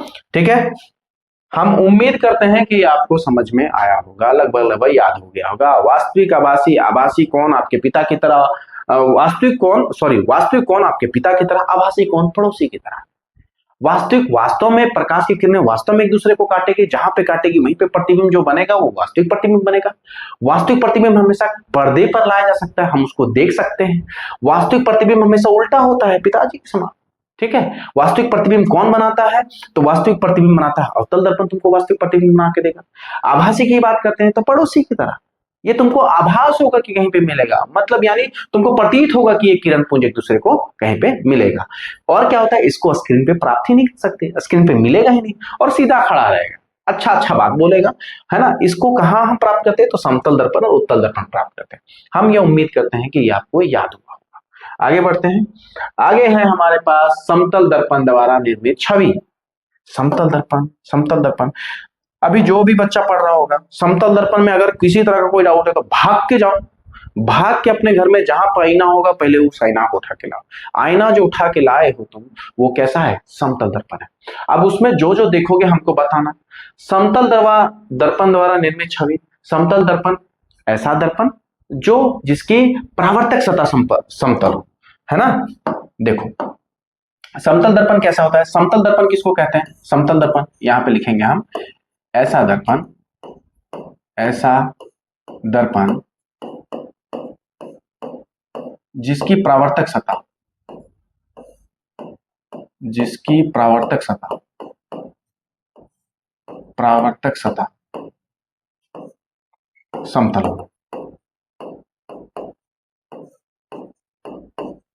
ऐसा दर्पण जिसकी परावर्तक सतह समतल, उसको क्या कहेंगे? समतल दर्पण कहेंगे। ठीक है, समतल दर्पण की कुछ ना कुछ विशेषताएं होंगी। समतल दर्पण की विशेषताएं क्या है, वो विशेषताएं उसको देखेंगे। ठीक है, देखो बच्चा, अब जब तुम भाग के गए होगे अपने घर में और अगर तुम वो दर्पण आईना लेके आए होगे तो हमको बताना, क्या उस दर्पण पे जो तुम्हारा प्रतिबिंब बन रहा है, क्या उसको तुम पर्दे पर ला पा रहे हो? पर्दे पर ला पा रहे हो? क्या वो उल्टा दिख रहा है? तो बताना हमको। अगर पर्दे पे नहीं ला पा रहे हो, अगर वो उल्टा नहीं दिख रहा है, तो वो किस तरह का प्रतिबिंब है? आभासी प्रतिबिंब। ठीक है, यानी उसके किरण कहीं पे भी वास्तविक तौर पे एक दूसरे को नहीं काटते हैं, बल्कि वो काटते हुए प्रतीत होते हैं, तो उसको आभासी प्रतिबिंब। तो इस तरह का दर्पण में क्या आता है? आभासी प्रतिबिंब है। कैसा मिलेगा आपका है? क्या आपका मुंडी उल्टा है? नहीं, सीधा है, यानी कि वो कैसा है? खड़ा है। ठीक है ना, खड़ा है। ठीक है, इसके बाद कैसा है? छवि, जो प्रतिबिंब का आकार होगा वो हमेशा वस्तु के आकार का बराबर होगा। बताओ, जो तुम दर्पण में अपना चेहरा देख रहे हो, क्या तुम्हारा मूड़ी बड़ा हो गया है ना? तुम्हारा नाक क्या आगे निकल गया है? तुम्हारा मुंह क्या बढ़ गया है? नहीं ना, समान आकार का है ना। जितना आकार का तुम्हारा चेहरा है उतना ही आकार का क्या है? दर्पण में तुम्हारा चेहरा दिख रहा है, यानी प्रतिबिंब का आकार वस्तु के आकार के बराबर होता है। तीसरा जो पॉइंट हमारा है, तीसरा जो पॉइंट है हमारा, कि दर्पण के पीछे प्रतिबिंब उतनी ही दूरी पर बनती है, उतनी ही दूरी पर बनती है जितनी दूरी पर वस्तु के सामने होती है। यानी तुम दर्पण पे फिर से देखो, तुम देखो नाप के बीता बीता में, 1 बीता, 2 बीता, 3 बीता, तुम जितने दूरी पे होगे दर्पण से, तुम जितनी दूरी पे होगे तुम्हारा प्रतिबिंब जो है उतनी ही दूरी पे होगा। हाँ, वो नहीं नाप सकता है ना, तुम ही नाप के अपना संतोष कर लेना कि भाई हम जितना दूरी पे खड़ा है वो भी उतना दूरी पे खड़ा है। ठीक है, तो ये चीज तुम देखोगे। ठीक है, सबसे जरूरी बात ये क्या है?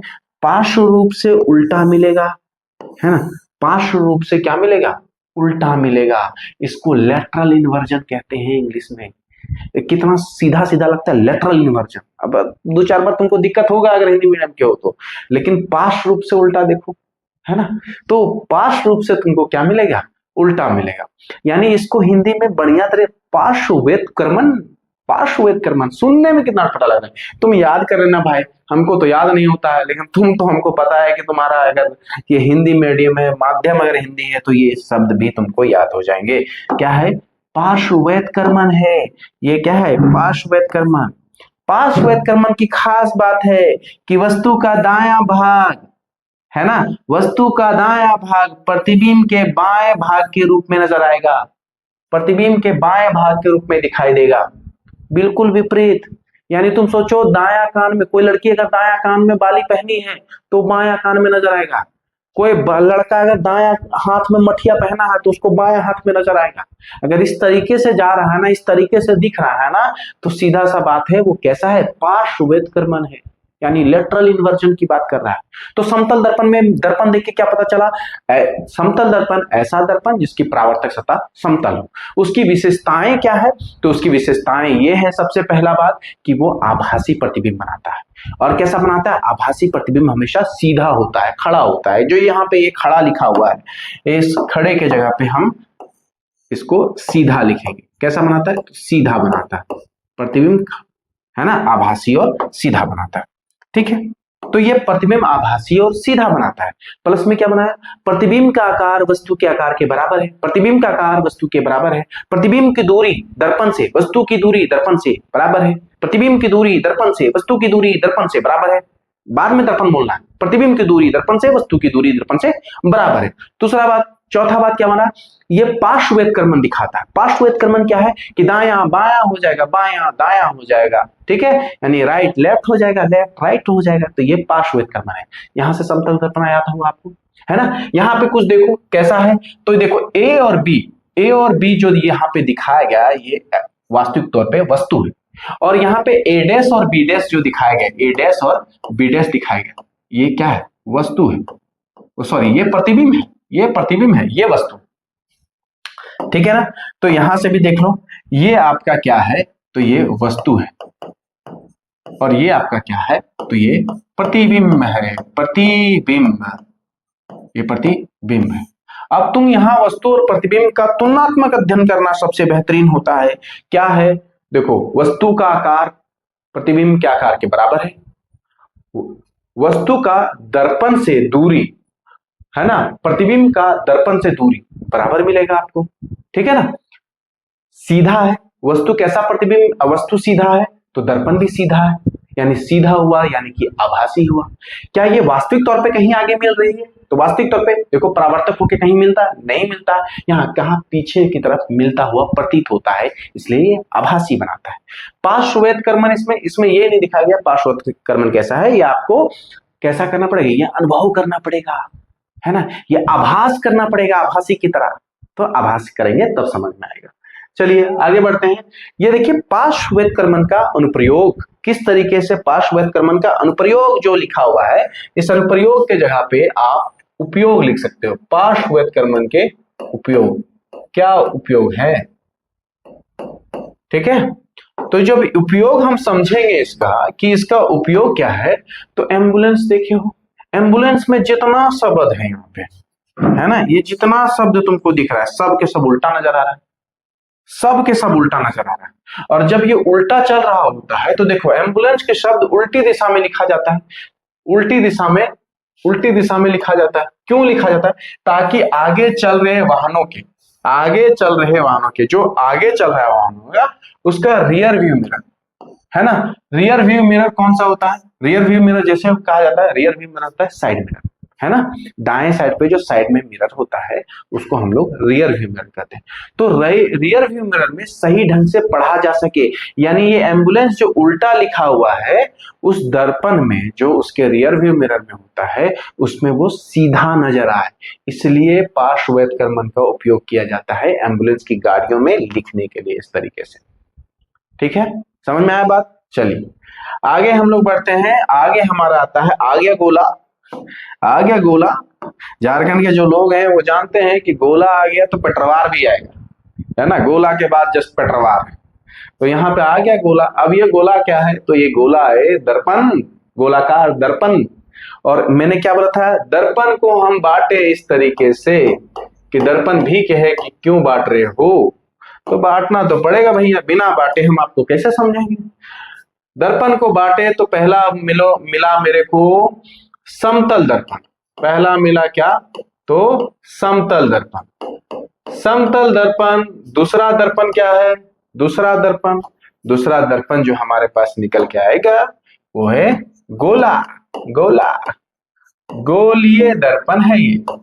और फिर हम जब इस गोलीय दर्पण को विभाजित करेंगे, क्लासिफिकेशन करेंगे इस गोलीय दर्पण का, ये गोलीय दर्पण को जब हम बांटेंगे तो हमारे पास पहला क्या आएगा, गोलीय दर्पण में आएगा अवतल दर्पण। और फिर दूसरा क्या आएगा, दूसरा हमारे पास आ जाएगा इसका उत्तल दर्पण। क्या भाई साहब, उत्तल दर्पण, ठीक है। तो ये समतल दर्पण हुआ, दर्पण में एक समतल दर्पण आएगा, समतल दर्पण, दूसरा गोलीय दर्पण को दो भाग में, अवतल दर्पण और उत्तल दर्पण। तो अब हमारा आ गया यहाँ पे गोला। अब हम पढ़ेंगे कि गोलीय दर्पण क्या है, समझना है। तो गोलीय दर्पण ऐसा दर्पण जिसकी प्रावर्तक सतह कैसी हो, वक्र हो। प्रावर्तक सतह वक्र कहने का मतलब है टेढ़ा हो, है ना, वक्र हो यानी कि टेढ़ा हो, जिसकी प्रावर्तक सतह टेढ़ा हो उसको हम लोग क्या कहेंगे, गोलीय दर्पण। इस बात को ध्यान नहीं देना है, इस बात को भूल जाना है, ठीक है। ये कहां से आ गया, इस बात को इग्नोर करना है, ठीक है, समझ गए, इग्नोर करना है। बच्चा लोग मेरा समझदार है, समझ जाएगा कि इग्नोर करके चलना है। तो ऐसा दर्पण जिसकी प्रावर्तक सतह वक्र हो यानी टेढ़ी हो, उसको हम लोग क्या कहेंगे, गोलाकार दर्पण या गोलीय दर्पण कहा जाता है। गोलाकार दर्पण मिलेगा या तो फिर इसको क्या कहा जाएगा बच्चा, इसको कहा जाएगा तुम्हारा गोलीय दर्पण, इसको कहते हैं हम लोग गोलीय दर्पण, ठीक है। अब गोलाकार दर्पण जो बेसिकली होता है, गोलाकार दर्पण क्या होता है, दो प्रकार के होते हैं। कितने प्रकार के, याद करो, गोलाकार दर्पण कितने प्रकार के, दो प्रकार के। कितने प्रकार के, दो प्रकार के। कितने प्रकार के, दो प्रकार के। कौन कौन से, तो अवतल दर्पण और ये उत्तल दर्पण, ठीक है। कौन कौन से? तो अवतल दर्पण और उत्तल दर्पण, दो मिल गए। उत्तल दर्पण मिल गया हमारे पास और एक अवतल दर्पण हो गया। ठीक है, चलिए अवतल दर्पण के भी कुछ गुण हैं। अवतल दर्पण, उत्तल दर्पण में बता दूं, अवतल दर्पण को क्या कहा जाता है? Concave mirror. और उत्तल दर्पण को क्या कहा जाता है? Convex mirror. ठीक है ना, तो कॉन्वेक्स देखेंगे तो क्या हो जाएगा मेरे पास? उत्तल दर्पण। और अवतल दर्पण की बात करेंगे तो कॉनकेव मिरर। तो ये हमारा क्या हो गया? अवतल अवतल दर्पण। ठीक है, चलिए आगे बढ़ते हैं हम लोग। मोटा मोटी तो इतना चीजें हमको आ गया। अवतल दर्पण के खास बात है कि इसकी परावर्तक संध्या अंदर की ओर मुड़ी होती है। अगर मुड़ी ना लिख के हम यहाँ लिखेंगे कितना अच्छा रहेगा, अंदर की ओर धंसी हुई होती है, अंदर की ओर धंसी हुई होती है, जिसकी परावर्तक सतह। ऐसा गोलीय दर्पण, इसको कैसे आपको लिखना है? ऐसा गोलीय दर्पण जिसकी परावर्तक सतह अंदर की ओर धंसी हुई, उसको हम क्या कहेंगे? तो उसको हम लोग अवतल दर्पण कहेंगे। उसको हम लोग क्या कहेंगे? अवतल दर्पण कहेंगे। और इसकी किसकी परावर्तक सतह अंदर की ओर धंसी हुई है? इसकी कॉनकेव यानी अवतल, इसकी परावर्तक सतह क्या है? अंदर की ओर धंसी हुई है। अब इस तरह के दर्पण को एक और नाम दिया गया है। इस तरह के दर्पण को कहा जाता है अभिसारी दर्पण। अभिसारी दर्पण कहते हैं। और उत्तल दर्पण को क्या कहा जाता है? उत्तल दर्पण का भी कुछ ना कुछ नाम होगा। हाँ बिल्कुल है, इसको कहा जाता है अपसारी दर्पण। अपसारी दर्पण कहा जाता है। ठीक है, क्लियर हो गया। उत्तल दर्पण को एक और नाम से जाना जाता है, उसको क्या कहा जाता है? अपसारी दर्पण। अवतल दर्पण को एक और नाम से जाना जाता है, उसको क्या कहा जाता है? अभिसारी दर्पण। तो ये तरीके के हो गए, ये दो तरीके के आपके दर्पण हो गए। ठीक है, अब उत्तल दर्पण की कुछ बात कहते हैं। उत्तल दर्पण का क्या है? जिसकी परावर्तक सतह उभरी हुई हो, मुड़ी हुई हो। यहाँ पे भी मुड़ी लिख दिया गया, मुड़ी नहीं, जिसकी परावर्तक सतह उभरी हुई हो। वो धंसी भी थी तो ये उभरी हुई मिलेगी। ऐसा दर्पण, ऐसा गोलीय दर्पण जिसकी परावर्तक सतह उभरी हुई हो, उसको हम क्या कहेंगे? उत्तल दर्पण कहेंगे। और उत्तल दर्पण को क्या कहा जाता है? अपसारी दर्पण कहा जाता है। अभी तो समझे कि उत्तल दर्पण को क्या कहा जाता है? अपसारी दर्पण कहा जाता है। ठीक है ना, अपसारी दर्पण कहा जाता है। अब इतना समझ लेने के बाद हमको ये लग गया कि उत्तल और अवतल किस तरीके का दर्पण है, वो तो मोटा मोटी समझ में आ गया। अब हम पढ़ेंगे गोलाकार दर्पण के कुछ सामान्य शब्द। गोलाकार दर्पण के कुछ सामान्य शब्द पढ़ेंगे। अब वो सामान्य शब्द कैसे हैं? सामान्य तो नहीं है, हमको नहीं लगता कि सामान्य है, ये खास शब्द है। वो खास शब्द, सामान्य तो लिख दिया जाता है, लेकिन मैं मानता हूं कि ये सामान्य शब्द ना होके ये खास शब्द है। अगर आप इन खास शब्द को नहीं समझोगे, ठीक है, इस खास शब्दों को नहीं समझोगे तो फिर आपके लिए प्रॉब्लम आएगा। कहाँ प्रॉब्लम आएगा? न्यूमेरिकल्स सर क्यों? न्यूमेरिकल्स क्यों पढ़ना सर? बहुत दिक्कत वाली बात। न्यूमेरिकल्स इसलिए पढ़ना है बच्चा क्योंकि वही न्यूमेरिकल्स आपके एग्जाम में पूछे जाते हैं, और जो पूछा जाता है उसको आप कैसे छोड़ सकते हैं? मैं भी नहीं छोड़ सकता, तो आपको पढ़ना पड़ेगा। अब चलते हैं। अब है क्या कि मुख्य अक्ष क्या है? मुख्य अक्ष, ठीक है, तो देखो मैं एक दिखाता हूं, एक्चुअली दोनों दिखाता हूं, क्या दिक्कत है यार? दोनों के दोनों बनाते हैं फिगर, दोनों के दोनों बनाते हैं। एक हो गया मेरा इस तरीके का दर्पण, है ना, और इस तरीके का दर्पण दूसरा हो गया मेरे पास इस तरीके का दर्पण। ठीक है, इसको थोड़ा सा हटा के ऐसे करते हैं ना, ठीक है। अब इस पे थोड़ा सा कलर कोटिंग करते हैं। कलर कोटिंग जरूरी है, इस पे कलर बैठाना इस तरीके से कि पीछे पीछे क्या कर रहे, कलर कर रहे हैं, तभी परावर्तक सतह बनेगी। अब इसके हर चीज को दाहिने से करना है। इसको देखो मैंने यहाँ यहाँ यहाँ यहाँ यहाँ इस तरीके से इसको कलरिंग कर दिया। ठीक है, ठीक है, इतना तो समझ में आ गया सर? बिल्कुल आ गया, और आएगा क्यों नहीं, पढ़ा रहा हूं ना, बिल्कुल आएगा बच्चा। ये देखो एक रेखा गई, स्टैंडिंग रेखा, ये एक और रेखा गई। ठीक है, चलिए मिला दिया मैंने, लेकिन आपको समझ में आएगा। चलो यार नहीं मिलाते यार, मेरे को ठीक नहीं लग रहा है कि मिला दूंगा मैं। चलो इसको और एक दूसरे कलर से देता हूँ, यहां से देता हूँ इस तरीके से, ये हो गया। चलो ठीक है, इस पे देखते हैं। गोलीय दर्पण है, गोलीय दर्पण को, एक पूरे गोलाकार दर्पण को आप बीच से काट दो, जैसे कि ये गोलीय दर्पण था आपका, इस गोलाकार दर्पण को, ये गोलीय दर्पण है आपका, इस गोलाकार दर्पण को बीच से काटती है। तो ये जो हिस्सा बीच से काटने के बाद मैं कहता हूं कि इस पे ना कलर कर दो आप, दाएं साइड से कलर करना। जब इस दाएं साइड से आप कलर करते हो,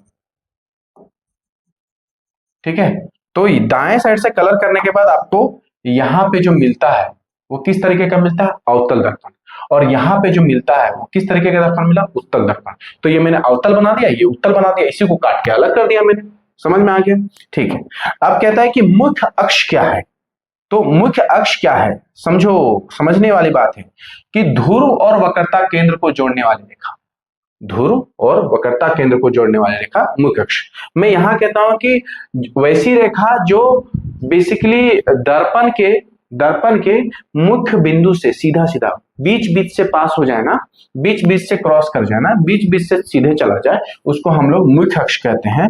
अब जब तक हम देखो बच्चा, जब तक हम ध्रुव नहीं पढ़ेंगे, जब तक वक्रता केंद्र नहीं पढ़ेंगे, तब मुख्य अक्ष समझना दिक्कत है, इसका जो परिभाषा है वो समझना दिक्कत है। तो जो हमको समझना है वो ये समझना है, ये पार्ट, ठीक है। क्या समझना है, क्या समझना है, देखते हैं।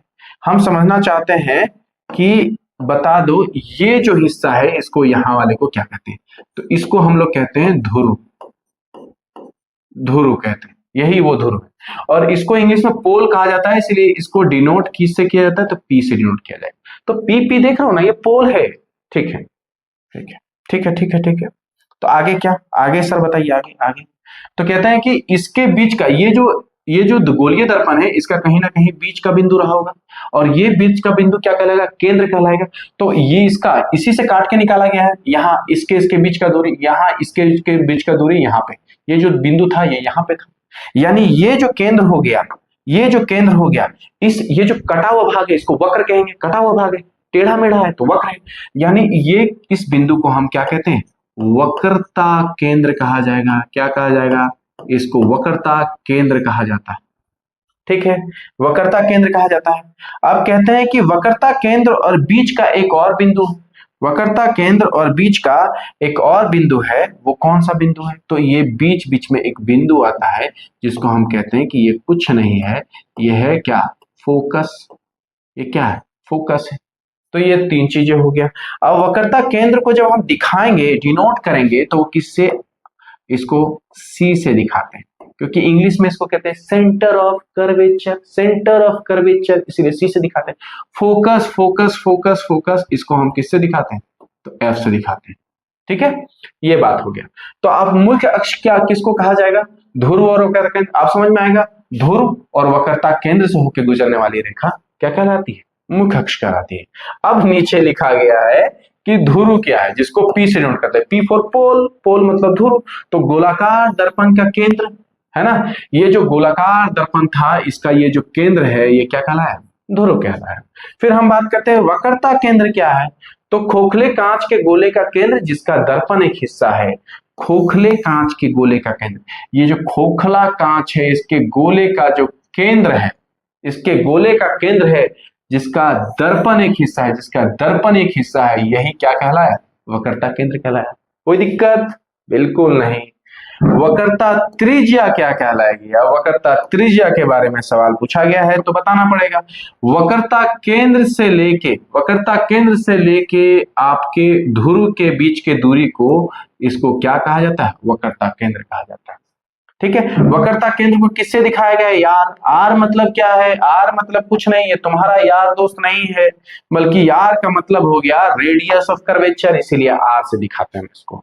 अब फोकस और केंद्र के बीच का दूरी भी तो पता करना पड़ेगा ना, तो इसको इस तरह से एफ से दिखाते हैं, और इसको कहा जाता है क्या, इसको क्या कहा जाता है, तो इसको फोकस दूरी कहा जाता है। इसको क्या कहा जाएगा, तो इसको फोकस दूरी कहा जाएगा, ठीक है। वक्रता त्रिज्या हम पढ़ लिए, वक्रता केंद्र और वक्रता त्रिज्या पढ़े, ध्रुव और वक्रता केंद्र के बीच की दूरी को वक्रता त्रिज्या कहा जाता है। देखो, ध्रुव और वक्रता केंद्र के बीच की दूरी को वक्रता त्रिज्या कहा जाता है। फिर से एक बात आ गई, इसको इग्नोर करना है आपको, है ना।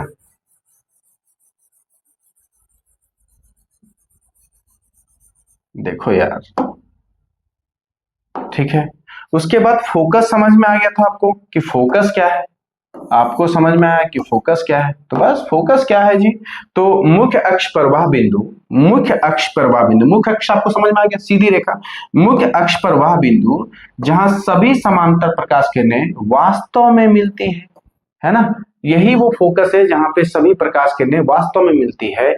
तो उसको हम क्या कहेंगे, परावर्तन के बाद मिलती हुई प्रतीत होती है, उसको हम क्या कहते हैं, फोकस कहते हैं। फोकस करो जी, ठीक है। या ऐसे कह सकते हो कि ध्रुव और वक्रता केंद्र के बीच का मध्य बिंदु, ध्रुव और वक्रता केंद्र के बीच का मध्य बिंदु क्या कहलाता है, फोकस कहलाता है। तो याद रहेगा आपको, मैं इसको, इस फोकस को यहां लिखता हूं, ध्रुव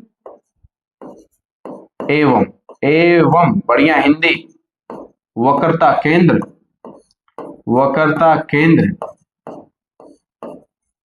के बीच की दूरी, वक्रता केंद्र के बीच की दूरी, ध्रुव एवं वक्रता, नहीं, ध्रुव एवं वक्रता केंद्र के बीच का बिंदु,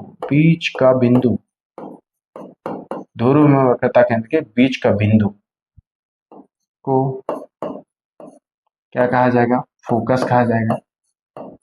ठीक है, अब फोकस कहा गया को फोकस कहा जाता है। फोकस करो राजा जी, इसको फोकस कहा जाता है। अब फोकस दूरी तुमसे पूछा जाएगा या फोकस की लंबाई, जिसको फोकस की लंबाई को हम कहते हैं क्या, फोकस दूरी, फोकस दूरी कहते हैं। अगर आपसे फोकस दूरी पूछा जाएगा तो हम क्या कहेंगे, ध्रुव और फोकस के बीच की दूरी को हम क्या कहेंगे, फोकस दूरी कहेंगे। ध्रुव और फोकस के बीच की दूरी को क्या कहेंगे, फोकस दूरी कहेंगे। तो ये जो सामान्य बातें थी, सामान्य शब्द थी, वो खास हो गई, क्योंकि इसके बिना जाने हम नहीं समझ पाएंगे, हम उन चीजों को नहीं समझ पाएंगे कि अवतल दर्पण द्वारा प्रतिबिंब कैसा बनता है, उसको नहीं समझ पाएंगे। तो इसको समझना जरूरी था कि हमको लगे ये समझ में आ गया हो, एग्जाम में इससे सवाल एक आध पूछ लिए जाते हैं, जब उनका एग्जामिनेशन का एग्जामिनर जो रहेगा उसका मूड बढ़िया हो तो इससे सवाल पूछ लिया जाएगा, लेकिन उम्मीद तो हम कम ही रखते हैं। ठीक है, जानना बहुत जरूरी है, आप बना के खुद से लिख लोगे। आगे बढ़ते हैं बच्चा, आगे हमारे पास आता है कि आगे हमारे पास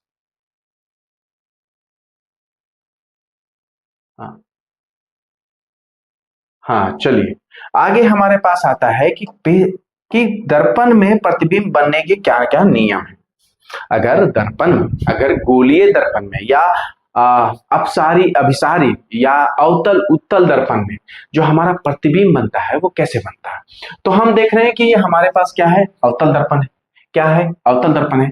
अवतल दर्पण में जो भी रेखा सीधी आएगी, किसके सीधी आएगी, अवतल दर्पण में जो भी रेखा सीधी आएगी मुख्य अक्ष के, किसके सीधी आएगी, तो मुख्य अक्ष कौन सा है, ये अवतल दर्पण में जो भी रेखा सीधी आएगी मुख्य अक्ष के, वो हमेशा किसी अवतल दर्पण से टकराने के बाद वो किससे आके गुजरते हुए जाती है, तो फोकस करो भैया साहब, किससे गुजरेगी, तो ये फोकस से होते हुए गुजरती है। कहां से गुजर रही है, तो ये फोकस से होते हुए गुजरती है।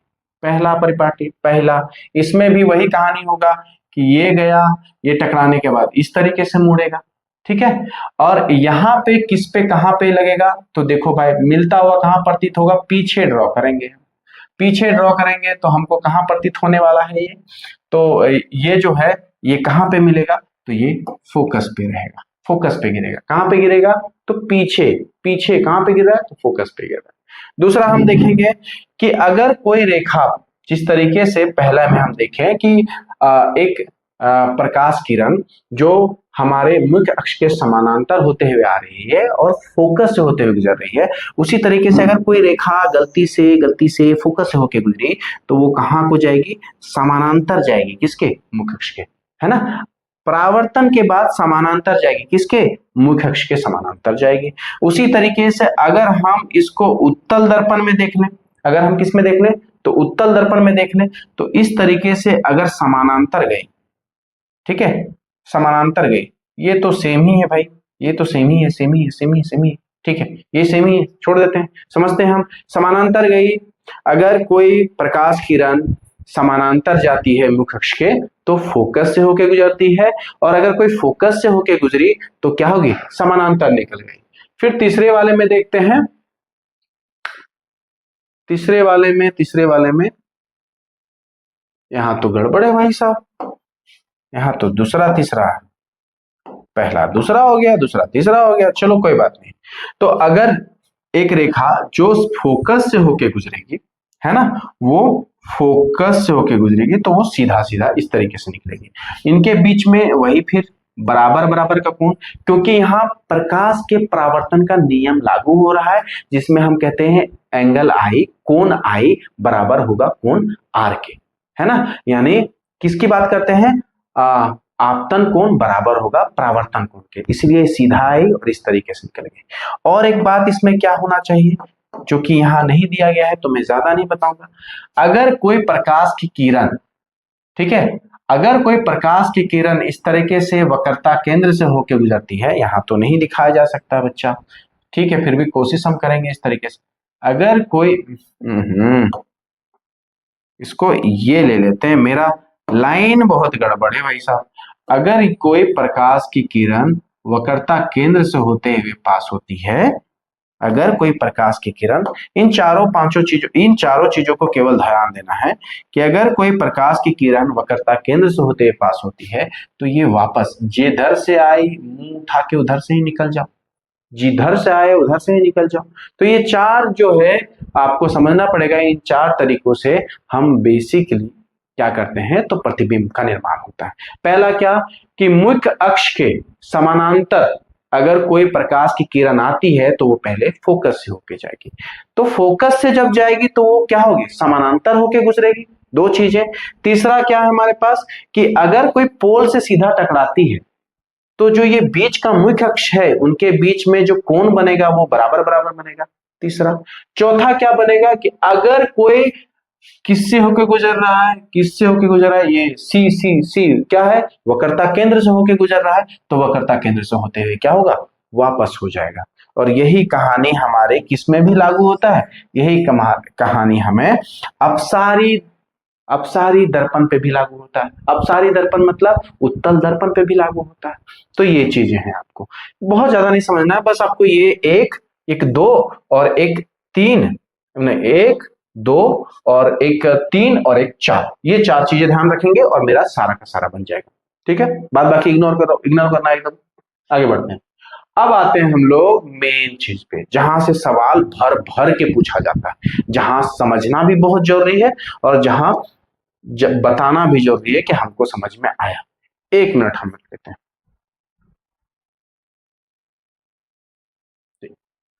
तो अब कहते हैं कि अवतल दर्पण द्वारा निर्मित प्रतिबिंबों के लिए किरण आरेख खींचना है भाई। किरण आरेख कैसे खींचेंगे, तो देखो ये बेसिकली कितने तरीके के होते हैं याद रख लो। अवतल दर्पण द्वारा जो किरण आरेख से जो प्रतिबिंब बन रहे हैं वो कितने तरीके के होते हैं, तो 6 तरीके के। टोटल कितने तरीके के होते हैं, तो 6 तरीके के। पांच जो है आपके आसान है, एक थोड़ा सा अलग सा लगता है, तो उस अलग सा को भी हम अलग अलग ही पढ़ेंगे तो ज्यादा सहूलियत होगा। 5 तरीके का कैसा है, तो देखो ये कैसा है, जैसा मैंने पढ़ा, ये कैसा है मेरा, ये अवतल दर्पण है। अवतल दर्पण पे वस्तु कहाँ रखा गया, वस्तु देखेंगे पहले ये चेक करेंगे, पहले हमारा काम क्या, पहले मेरा और आपका एक ही काम है कि वस्तु कहाँ पे रखी गई है वो चेक करेंगे। वस्तु कहाँ रखी गई है बच्चा, बड़े ध्यान से देखना है, वस्तु अनंत पे है, और जब भी कभी वस्तु अनंत पे होगी प्रकाश की किरणें कैसी आएगी, तो मुख्य अक्ष के समानांतर आएगी। ये इस तरह से देखो, ये अनंत पे रखा गया है, ये कहाँ रखा गया है, अनंत पे है, अनंत पे है। वस्तु कहाँ है, अगर मुख्य अक्ष के अंदर नहीं है तो कहाँ पे है, अनंत पे है। अनंत पे क्या हुआ, ये सीधी रेखा सीधा, और दूसरा वाला क्या है, इधर से भी गया, इधर से भी इसका, इधर से भी डंडी से गया। और जब हमको पता है कि समानांतर से होता है तो कहाँ पे होता है, फोकस फोकस पे आके गिर जाता है। अगर बच्चा ये फोकस पे आके गिरा तो ये भी कहाँ हो गया, फोकस पे आ गया। जहां एक दूसरे को वास्तविक तौर पे काट रहा है, ये टकराने के बाद जो जहां पे काट रहा है ये वास्तविक तौर पे काट रहा है, ठीक है। ये कहां पे काट रहा है, तो वास्तविक तौर पे काट रहा है। और किस बिंदु पे काट रहा है, फोकस पे काट रहा है। और फोकस पे काट रहा है, देखो जहां पे काट रहा है कोई जगह ही नहीं बचा, छोटा सा बचा है। तो ये जो तुम्हारा प्रतिबिंब बनेगा, सारा कहानी किसके आसपास घूम रही है, प्रतिबिंब के आसपास में। तो वस्तु कहां पे रखी गई है, अनंत पे रखी गई है। वस्तु कहां पे रखी गई है, अनंत पे रखी गई। कहां पे रखी गई है, अनंत पे रखी गई है। तो प्रतिबिंब, ये जो छवि जहां जहां देख रहे बच्चा, आपको लिखना क्या है, प्रतिबिंब लिखना है। क्या लिखना है, तो आपको प्रतिबिंब लिखना है, प्रतिबिंब। ये जो प्रतिबिंब है, प्रतिबिंब की स्थिति कहां पे बन रही है, तो फोकस पे, एफ पे बन रही है। एफ कहां पे, तो फोकस, फोकस करो राजा जी, फोकस पे। प्रतिबिंब की प्रकृति कैसी है, प्रकृति कैसी, तो प्रतिबिंब की प्रकृति कैसी होगी भाई साहब, अगर ये वास्तविक तौर पे मिल रही है, अगर ये वास्तविक तौर पे मिल रही है तो वास्तविक होगी तो उल्टी होगी ना। ये उल्टी ऐसा नहीं है भाई, ये जो उल्टी यहाँ पे लिखा गया, ये जो उल्टी लिखा गया, कसम से देख के उल्टी आ रहा है ना, ये उल्टी से उल्टी ही आ रहा है। ये ऐसा ही लग रहा है, तुम अगर हिंदी बढ़िया बढ़िया समझते हो तो ऐसा लगता है कि वो वाला उल्टी है ना, ये उल्टी देख के भी उल्टी आ रही। तो बेसिकली उल्टी है, ये कैसी है, वास्तविक है और कैसी है, उल्टी है ना। प्रकृति कैसी है, वास्तविक और उल्टी है। और कैसे आकार की, तो बिंदु के आकार की है। आकार जब पूछेगा तो क्या बोलेंगे, बिंदु के आकार की। आपको याद रखना है, मैं याद कराता हूं, एकदम 6 के 6 खत्म कर देंगे, काट देंगे करके। क्या है, पहले वस्तु कैसा है, वस्तु कहां पे रखेगी, देखो जैसा है वस्तु तो वैसा ही रहेगा। वस्तु कहां पे रखेगी, तो वस्तु को मैंने जाना अनंत पे रखेगी। अगर वस्तु अनंत पे है तो अब सारी कहानी दर्पण पे, कि दर्पण प्रतिबिंब कैसा बना रहा है, तो प्रतिबिंब बना रहा है क्योंकि सामने आके मिल रही है ना, तो वास्तविक बन रहा है। प्रतिबिंब वास्तविक बनेगी तो उल्टी बनेगी, वास्तविक बनेगी तो उल्टी बनेगी। पापा वाला गाना याद है, वास्तविक बनेगी तो उल्टी बनेगी, तो वास्तविक बनी तो उल्टी बनी, ठीक है। वास्तविक बनी तो उल्टी बनी, कहां पे बनी, तो फोकस पे बनी, कहां पे बनी, तो फोकस पे बनी, फोकस पे बने, है ना। आकार कैसा है इसका, तो बिंदु के आकार का है, देख लो यहाँ पे बिंदु के आकार का। तो ये आपका पहला परिवर्तन हो गया, ये आपको पहला समझ लेना। दूसरा क्या है, दूसरा क्या है कि जब वस्तु को अब कहा मुख्य अक्ष में लेके आ गया गया, मुख्य अक्ष में ले आया गया इसको, जब वस्तु को सी से परे रखा गया, कहां पर रखा गया, सी से परे। सी से परे यानी ये हमारा सी हो गया, है ना, जो हर किसी का सी होता है, हर किसी का सी कटता है। और ये सी के पीछे रखा गया, परे मतलब सी से पीछे, सी के पीछे रखा गया, परे लिख सकते हो, या सी से पीछे रखा गया, ठीक है। पीछे पीछे पीछे पीछे यहां पर रखा गया। अब ये मुख्य अक्ष पे आ गई, तो मुख्य अक्ष पे आ गई है, तो हम 4 तरीके का सीखे हैं, उसी 4 तरीके से होते हुए तो हम तो जाएंगे भाई, हम तो कोई परिवर्तन नहीं करेंगे। एक सीधी रेखा, समानांतर रेखा जो जा रही थी वो टकराने के बाद ये फोकस से होके गुजर गई, है ना। और एक दूसरी रेखा भी जाएगी, एक दूसरी रेखा भी जाएगी, तो उस रेखा को भी लेके जाएंगे हम। और एक सीधी रेखा जो मैंने क्या बताया था, सी से होके गुजरेगी, यानी वक्रता केंद्र से होके गुजरेगी, वो वक्रता केंद्र से ही वापस आएगी। तो ये गई आपकी सीधे वक्रता केंद्र से, ये देखो वक्रता केंद्र से सीधे गई और वक्रता केंद्र से सीधे वापस आ गई। तो ये जब सीधे गई और वापस आ गई, तो ये काट कहां पे रही है, काट इस जगह पे रही है, काट इस जगह पे रही है। अगर काट इस जगह पे रही है तो मुख्य अक्ष के साथ ये यहाँ पे क्या बनाएगी, प्रतिबिंब बनाएगी, प्रतिबिंब बनाएगी। और ये जब यहाँ पे प्रतिबिंब बनाए तो इस प्रतिबिंब को नाम रखे ए और बी, तो इसको क्या मतलब, इस वस्तु को नाम रखे ए एंड बी, तो इसको रख देंगे ए डैश और बी डैश, सिंपल सी बात है। अब मैं इसके कहानी को थोड़ा सा बता देता हूं कि आप देखो स्थिति कहां है वस्तु की स्थिति, तो बोलोगे फोकस और वक्रता केंद्र के बीच में, यानी एफ और सी के बीच में। कहां पे है, फोकस और वक्रता केंद्र के बीच में। प्रकृति कैसी है इसकी, प्रकृति कैसी है, तो प्रकृति क्योंकि दर्पण के तरफ ही बनी, दर्पण के तरफ ही बनी है और वास्तविक रूप से काटी है तो वास्तविक बनी। और कैसी बनी, उल्टी है तो उल्टी बनी, ठीक है। और कैसा है, छोटा है, देखो आपका वस्तु इतना बड़ा, क्या है इसका छोटा, तो ये आकार क्या बना, छोटा बना, तो इसको छोटा रखेंगे। आगे बढ़ते हैं, आगे हमारे पास जब वस्तु को सी पर रखा गया हो, जब वस्तु को कहां रखा गया हो, सी पे रखा गया, यानी वो वक्रता केंद्र पे रखा गया हो, तो देख लो आप वक्रता केंद्र वह स्थिति है जहां पे किसी रखने पे वो वहीं पे बनेगी। ये गई सीधी रेखा, यहां से टकराने के बाद फोकस से होके गुजरेगा, और ये गया फोकस से होते हुए, और फोकस से जाते हुए सीधी को गुजरेगा। अब जो ये एक दूसरे को जहां पे काटेगा वो जगह पे हमारा क्या बनेगा, हमारा प्रतिबिंब बनेगा। इस जगह पे हमको क्या बनेगा, क्या बनेगा, क्या बनेगा, क्या बनेगा बताओ, तो ये प्रतिबिंब बनेगा। अब यहाँ पे आप जो भी कुछ देख पा रहे हो, तो देखो वस्तु की स्थिति कहाँ है, मतलब वस्तु की स्थिति सी पर, तो प्रतिबिंब की स्थिति कहाँ है, सी पर। प्रतिबिंब भी आपको कहाँ बना, सी पर बना। तो प्रकृति कैसी है, क्योंकि प्रकृति कहाँ पे है, प्रकृति के बारे में जब जानेंगे तो ये वास्तविक है ना, एक्चुअली यहाँ पे काट रहा है, तो ये वास्तविक बना। और कैसा बना, उल्टी बना। फिर से वही उल्टी आ रही है भाई, कोई ऐसा है जो उल्टी समझ पा रहा है, ये मेरे समझ से तो बाहर है, ठीक है ना। तो ये देखो उल्टी बना है, वस्तु के आकार के बराबर आपको दिख रहा है, ये कंप्लीट वस्तु के आकार के बराबर बना है। ये जितना बड़ा है उतना ही बड़ा, वस्तु जितना बड़ा उतना ही बड़ा क्या है, दर्पण है, यानी वस्तु के आकार का बना है ये। चलिए आगे बढ़ते हैं, आगे बढ़ते हैं। आगे क्या है हमारे पास, जब वस्तु को F और C के बीच में रखा गया, फोकस और वक्रता केंद्र के बीच में रखा गया, धीरे धीरे वस्तु आगे बढ़ रही है, धीरे धीरे आगे बढ़ेगी, तो बढ़ाते हैं। अब देखो यहाँ पे आ गई, फोकस पे आ गई और वक्रता केंद्र के बीच में ये वस्तु मेरी रखी हुई। देखो बच्चा, वस्तु को छोटा नहीं कहा गया है, क्योंकि ये इस डायग्राम पे बनाने में सहूलियत होता है, इसलिए वस्तु को छोटा कर दिया गया है। तो ऐसा नहीं कि सर पहले बड़ा बड़ा वस्तु लेते हैं अब छोटा छोटा वस्तु लेते, नहीं, वस्तु वही है, अब वस्तु का हम प्रतिबिंब देखना चाहते हैं बेसिकली। तो यहाँ पे जैसे ही वस्तु को रखा गया तो वस्तु छोटा है, जब ये सीधी गई, आपको पता है कि मुख्य अक्ष के सीधी जाएगी तो कहां से होके गुजरेगी, फोकस फोकस फोकस करो राजा जी, फोकस फोकस फोकस। इसके बाद जो दूसरी रेखा है, दूसरी रेखा कहां से जाएगी, तो दूसरी रेखा अगर मैं वक्रता केंद्र से पास करूं तो वक्रता केंद्र से ही पास होगी। तो देखो ये वक्रता केंद्र से यहां से प्रकाश सीधी गई, टकराने के बाद ये वापस सीधी आई, और कहां पे काटती है, कहां पे काटती है, तो इस जगह पे जाके काटती है, और यहीं पे आपका क्या बनता है, यहीं पे आपका क्या बनता है, प्रतिबिंब बनता है।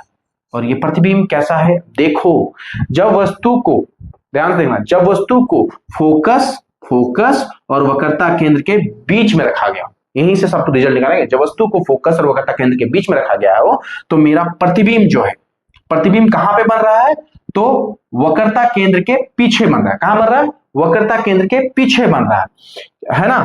प्रकृति कैसी है, तो देखो वास्तविक तौर पे काट रही है तो वास्तविक बन रहा है, और क्या बन रहा है, उल्टा बन रहा है, तो वास्तविक और उल्टा बन रहा है ना। आकार कैसा है, आकार बड़ा है, ये छोटा है तो ये आकार बड़ा है। तो स्थिति आपकी कैसी है, सी से पीछे, सी से पीछे। प्रकृति कैसी है, वास्तविक है, और ये वाली उल्टी नहीं, ये वाली उल्टी है, ठीक है। और आकार कैसा है, तो बड़ा किया हुआ, बड़ा हो गया आकार। तो यही बातें कही गई है। आगे बढ़ते हैं। अब कहते हैं कि अगर किसी वस्तु को फोकस पे ले आया जाए तो क्या होगा, तो देखते हैं ना, फोकस पे भी लेके आते हैं। तो वस्तु को रख दिया गया फोकस पे, अब जैसे ही फोकस पर रखा गया तो एक सीधी रेखा समांतर रेखा होते हुए इस तरीके से जाएगी जो दर्पण से टकराएगी, और पता है कि मुख्य अक्ष के समांतर रखी गई रेखा जब दर्पण से टकराती है तो वो कहां से होके गुजरेगी, कहां से होके गुजरेगी। अब जो जहां से होके गुजरे हमें उससे क्या लेना देना, लेकिन लेना देना तो है बच्चा कि अगर ये इस तरीके से सीधा गई और इससे टकराई तो ये वापस मुख्य फोकस से होके गुजरेगी, और अगर ये फोकस से होके गुजरी, ये फोकस से होके गुजरी तो एक रेखा और खींचना पड़ेगा जो इसको काटेगा। तो जब हम ये रेखा खींचते हैं जो कि क्या कहता है, वक्रता केंद्र से गुजारने वाली रेखा, तो वक्रता केंद्र से वापस आ जाएगी। अब ये एक दूसरे को काट ही नहीं रहा है, कहाँ काट रहा है, तो बोला गया ये एक दूसरे को काटेगा, आपको नहीं दिखेगा, हमको भी नहीं दिखेगा। तो भाई दिखेगा किसको, किसी को नहीं दिखेगा, क्योंकि अनंत तक तो नहीं देखा जा सकता ना। तो बोलता है कहीं ना कहीं अनंत पे एक दूसरे को काटेगी, वास्तविक तौर पे ही काटेगी, ठीक है। तो वस्तु जब फोकस पे रखा गया, वस्तु को जब फोकस पे रखा गया है तो उसकी स्थिति कहाँ है, अनंत पे है, अनंत पे। अगर वो अनंत पे है तो वास्तविक होगी, क्योंकि एक दूसरे को काट रही है वास्तविक तौर पे, तो हाँ बिल्कुल वास्तविक होगी। अगर वो वास्तविक हुई तो उल्टी होगी, कैसी होगी, उल्टी होगी। अगर ये उल्टी भी हुई तो आकार क्या होगा? क्या छोटा होगा? नहीं, आकार बहुत बड़ा होगा। अत्यधिक आवर्धित, या हम इसको लिख सकते हैं इसे अत्यधिक बड़ा, अत्यधिक बड़ा। ठीक है, इसको हम इस तरीके से बढ़िया से अत्यधिक बड़ा कर दिए हम। ठीक है, यहां तक अगर बात समझ में आ गया तो एक सबसे लास्ट, अब हम 5 तरीके की चीजें पढ़ लिए हैं और ये हमारा आखिरी है, वो है छठा। अब जब वस्तु को फोकस और पोल के बीच में रख दिया जाए, फोकस और पोल के बीच में, पोल यानी कि ध्रुव, फोकस और ध्रुव, ये ध्रुव हुआ, ये फोकस हुआ, इसके बीच में हम जब वस्तु को रखते हैं तब ये रेखा तो खींचना पड़ेगा, खींचना तो बिल्कुल पड़ेगा। एक जो यहां से सीधा इस तरीके से जाएगी, जो कहां पे टकराएगी? ध्रुव पे। हमको मैंने देखा था ध्रुव पे टकराने वाली रेखा इस तरीके से बराबर बराबर मुख्य अक्ष के बराबर बराबर कोणों पे बढ़ जाती है। ठीक है, एंगल आई आर बराबर होगा, हर जगह पे बराबर होगा, कहीं पे भी कोई फर्क नहीं पड़ता, बराबर होगा। और दूसरी रेखा हमने कहां से निकाली? तो वक्रता केंद्र, दूसरी रेखा हमने वक्रता केंद्र से होकर गुजारी, टकराने के बाद ये वक्रता केंद्र से गुजरेगी। अब जब ये दोनों रेखाएं वक्रता केंद्र से होकर गुजरेगी, ठीक है, इस तरीके की चीजें अगर हमको देखने को मिलेगा तो बताओ, एक इधर जा रही है, एक ऐसे जा रही है, एक ऐसे जा रही है, क्या एक दूसरे को कहीं पे काटेगी? नहीं। अगर एक दूसरे को नहीं काटेगी तो कहीं पे तो काटती हुई प्रतीत तो होगी। हाँ, काटती हुई प्रतीत कहाँ होगी? पीछे के साइड। पीछे जब हम इसको बढ़ाते हैं इस तरीके से तो यहाँ पे काटते हुए प्रतीत होती है। और जब अगर ये यहाँ पे काटते हुए प्रतीत होगी तो जो हमारा प्रतिबिंब बनेगा वो प्रतिबिंब भी कहाँ बनेगा? इसी जगह पे बनेगा, जो क्या है? ए डैश और बी डैश। और ये हमारा क्या हो गया? ए और बी। नाम नहीं भी दोगे तब भी समझ में आएगा। ठीक है, अब देखो कहानी में जो कहानी है यही है। वस्तु कहाँ रखा गया? ध्रुव और फोकस के बीच में। ठीक है, वस्तु कहाँ रखा गया? ध्रुव और फोकस के बीच में। हमारा प्रतिबिंब कहाँ बन रहा है? तो दर्पण के पीछे। और दर्पण के पीछे जो भी प्रतिबिंब बनेगी वो कैसी होगी? आभासी प्रतिबिंब होगी। तो ये एक आभासी प्रतिबिंब है। और कैसी है? सीधी है। तो ये एक सीधी है। ठीक है, और कहां बन रही है? तो दर्पण के पीछे बन रही है। कहां बन रही है? तो दर्पण के पीछे बन रही है। क्या, कैसी बन रही है ये? कैसी बन रही है? तो बड़ी बन रही है। ठीक है, ठीक है, कैसा बन रही है? आवर्धित बन रही है। आवर्धित को ही कहा जाता है क्या बन रहा है? बड़ा आकार में। कैसा बन रहा है? तो बड़ा आकार में बन रहा है,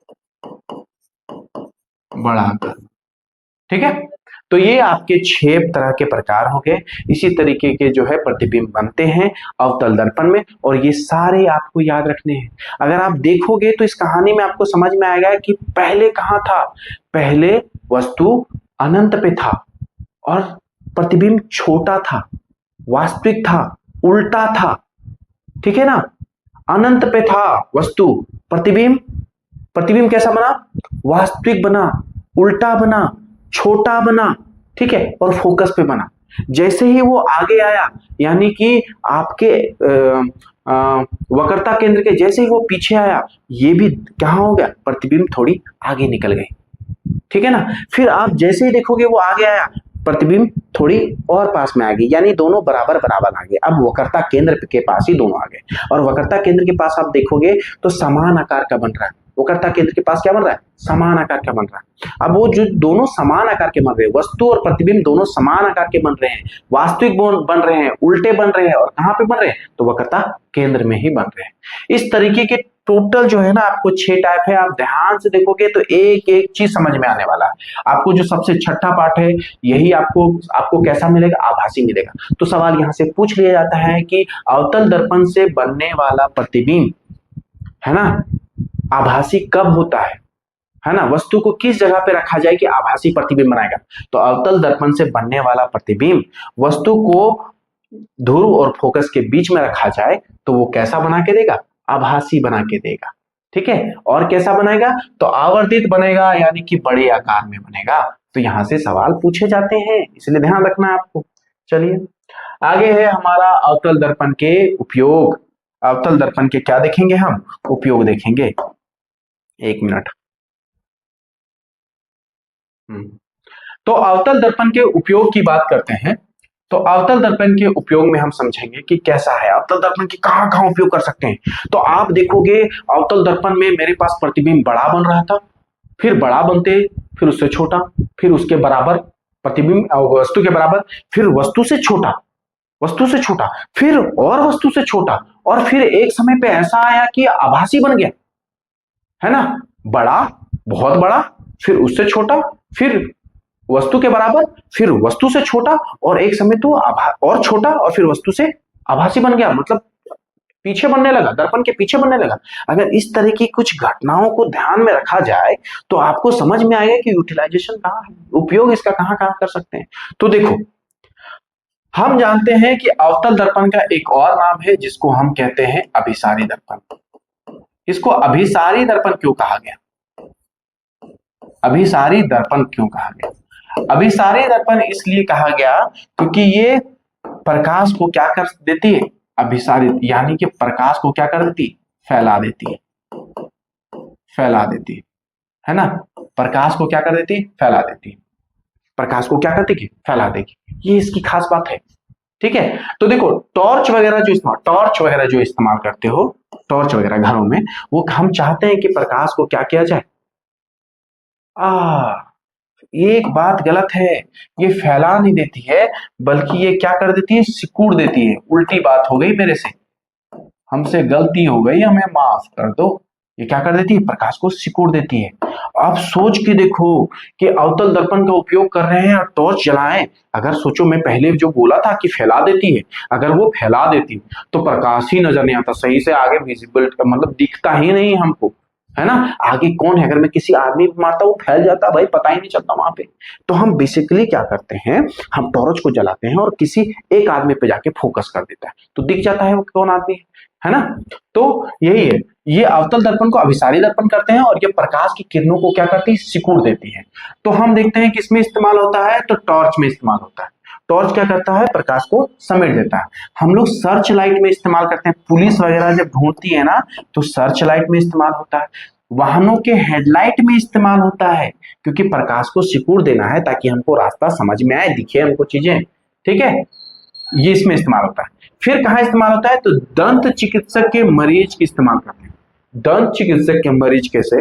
कि किसी व्यक्ति को दांत में किसी तरह का कीड़ा लगा है, तो अवतल दर्पण जैसे ही हम डालते हैं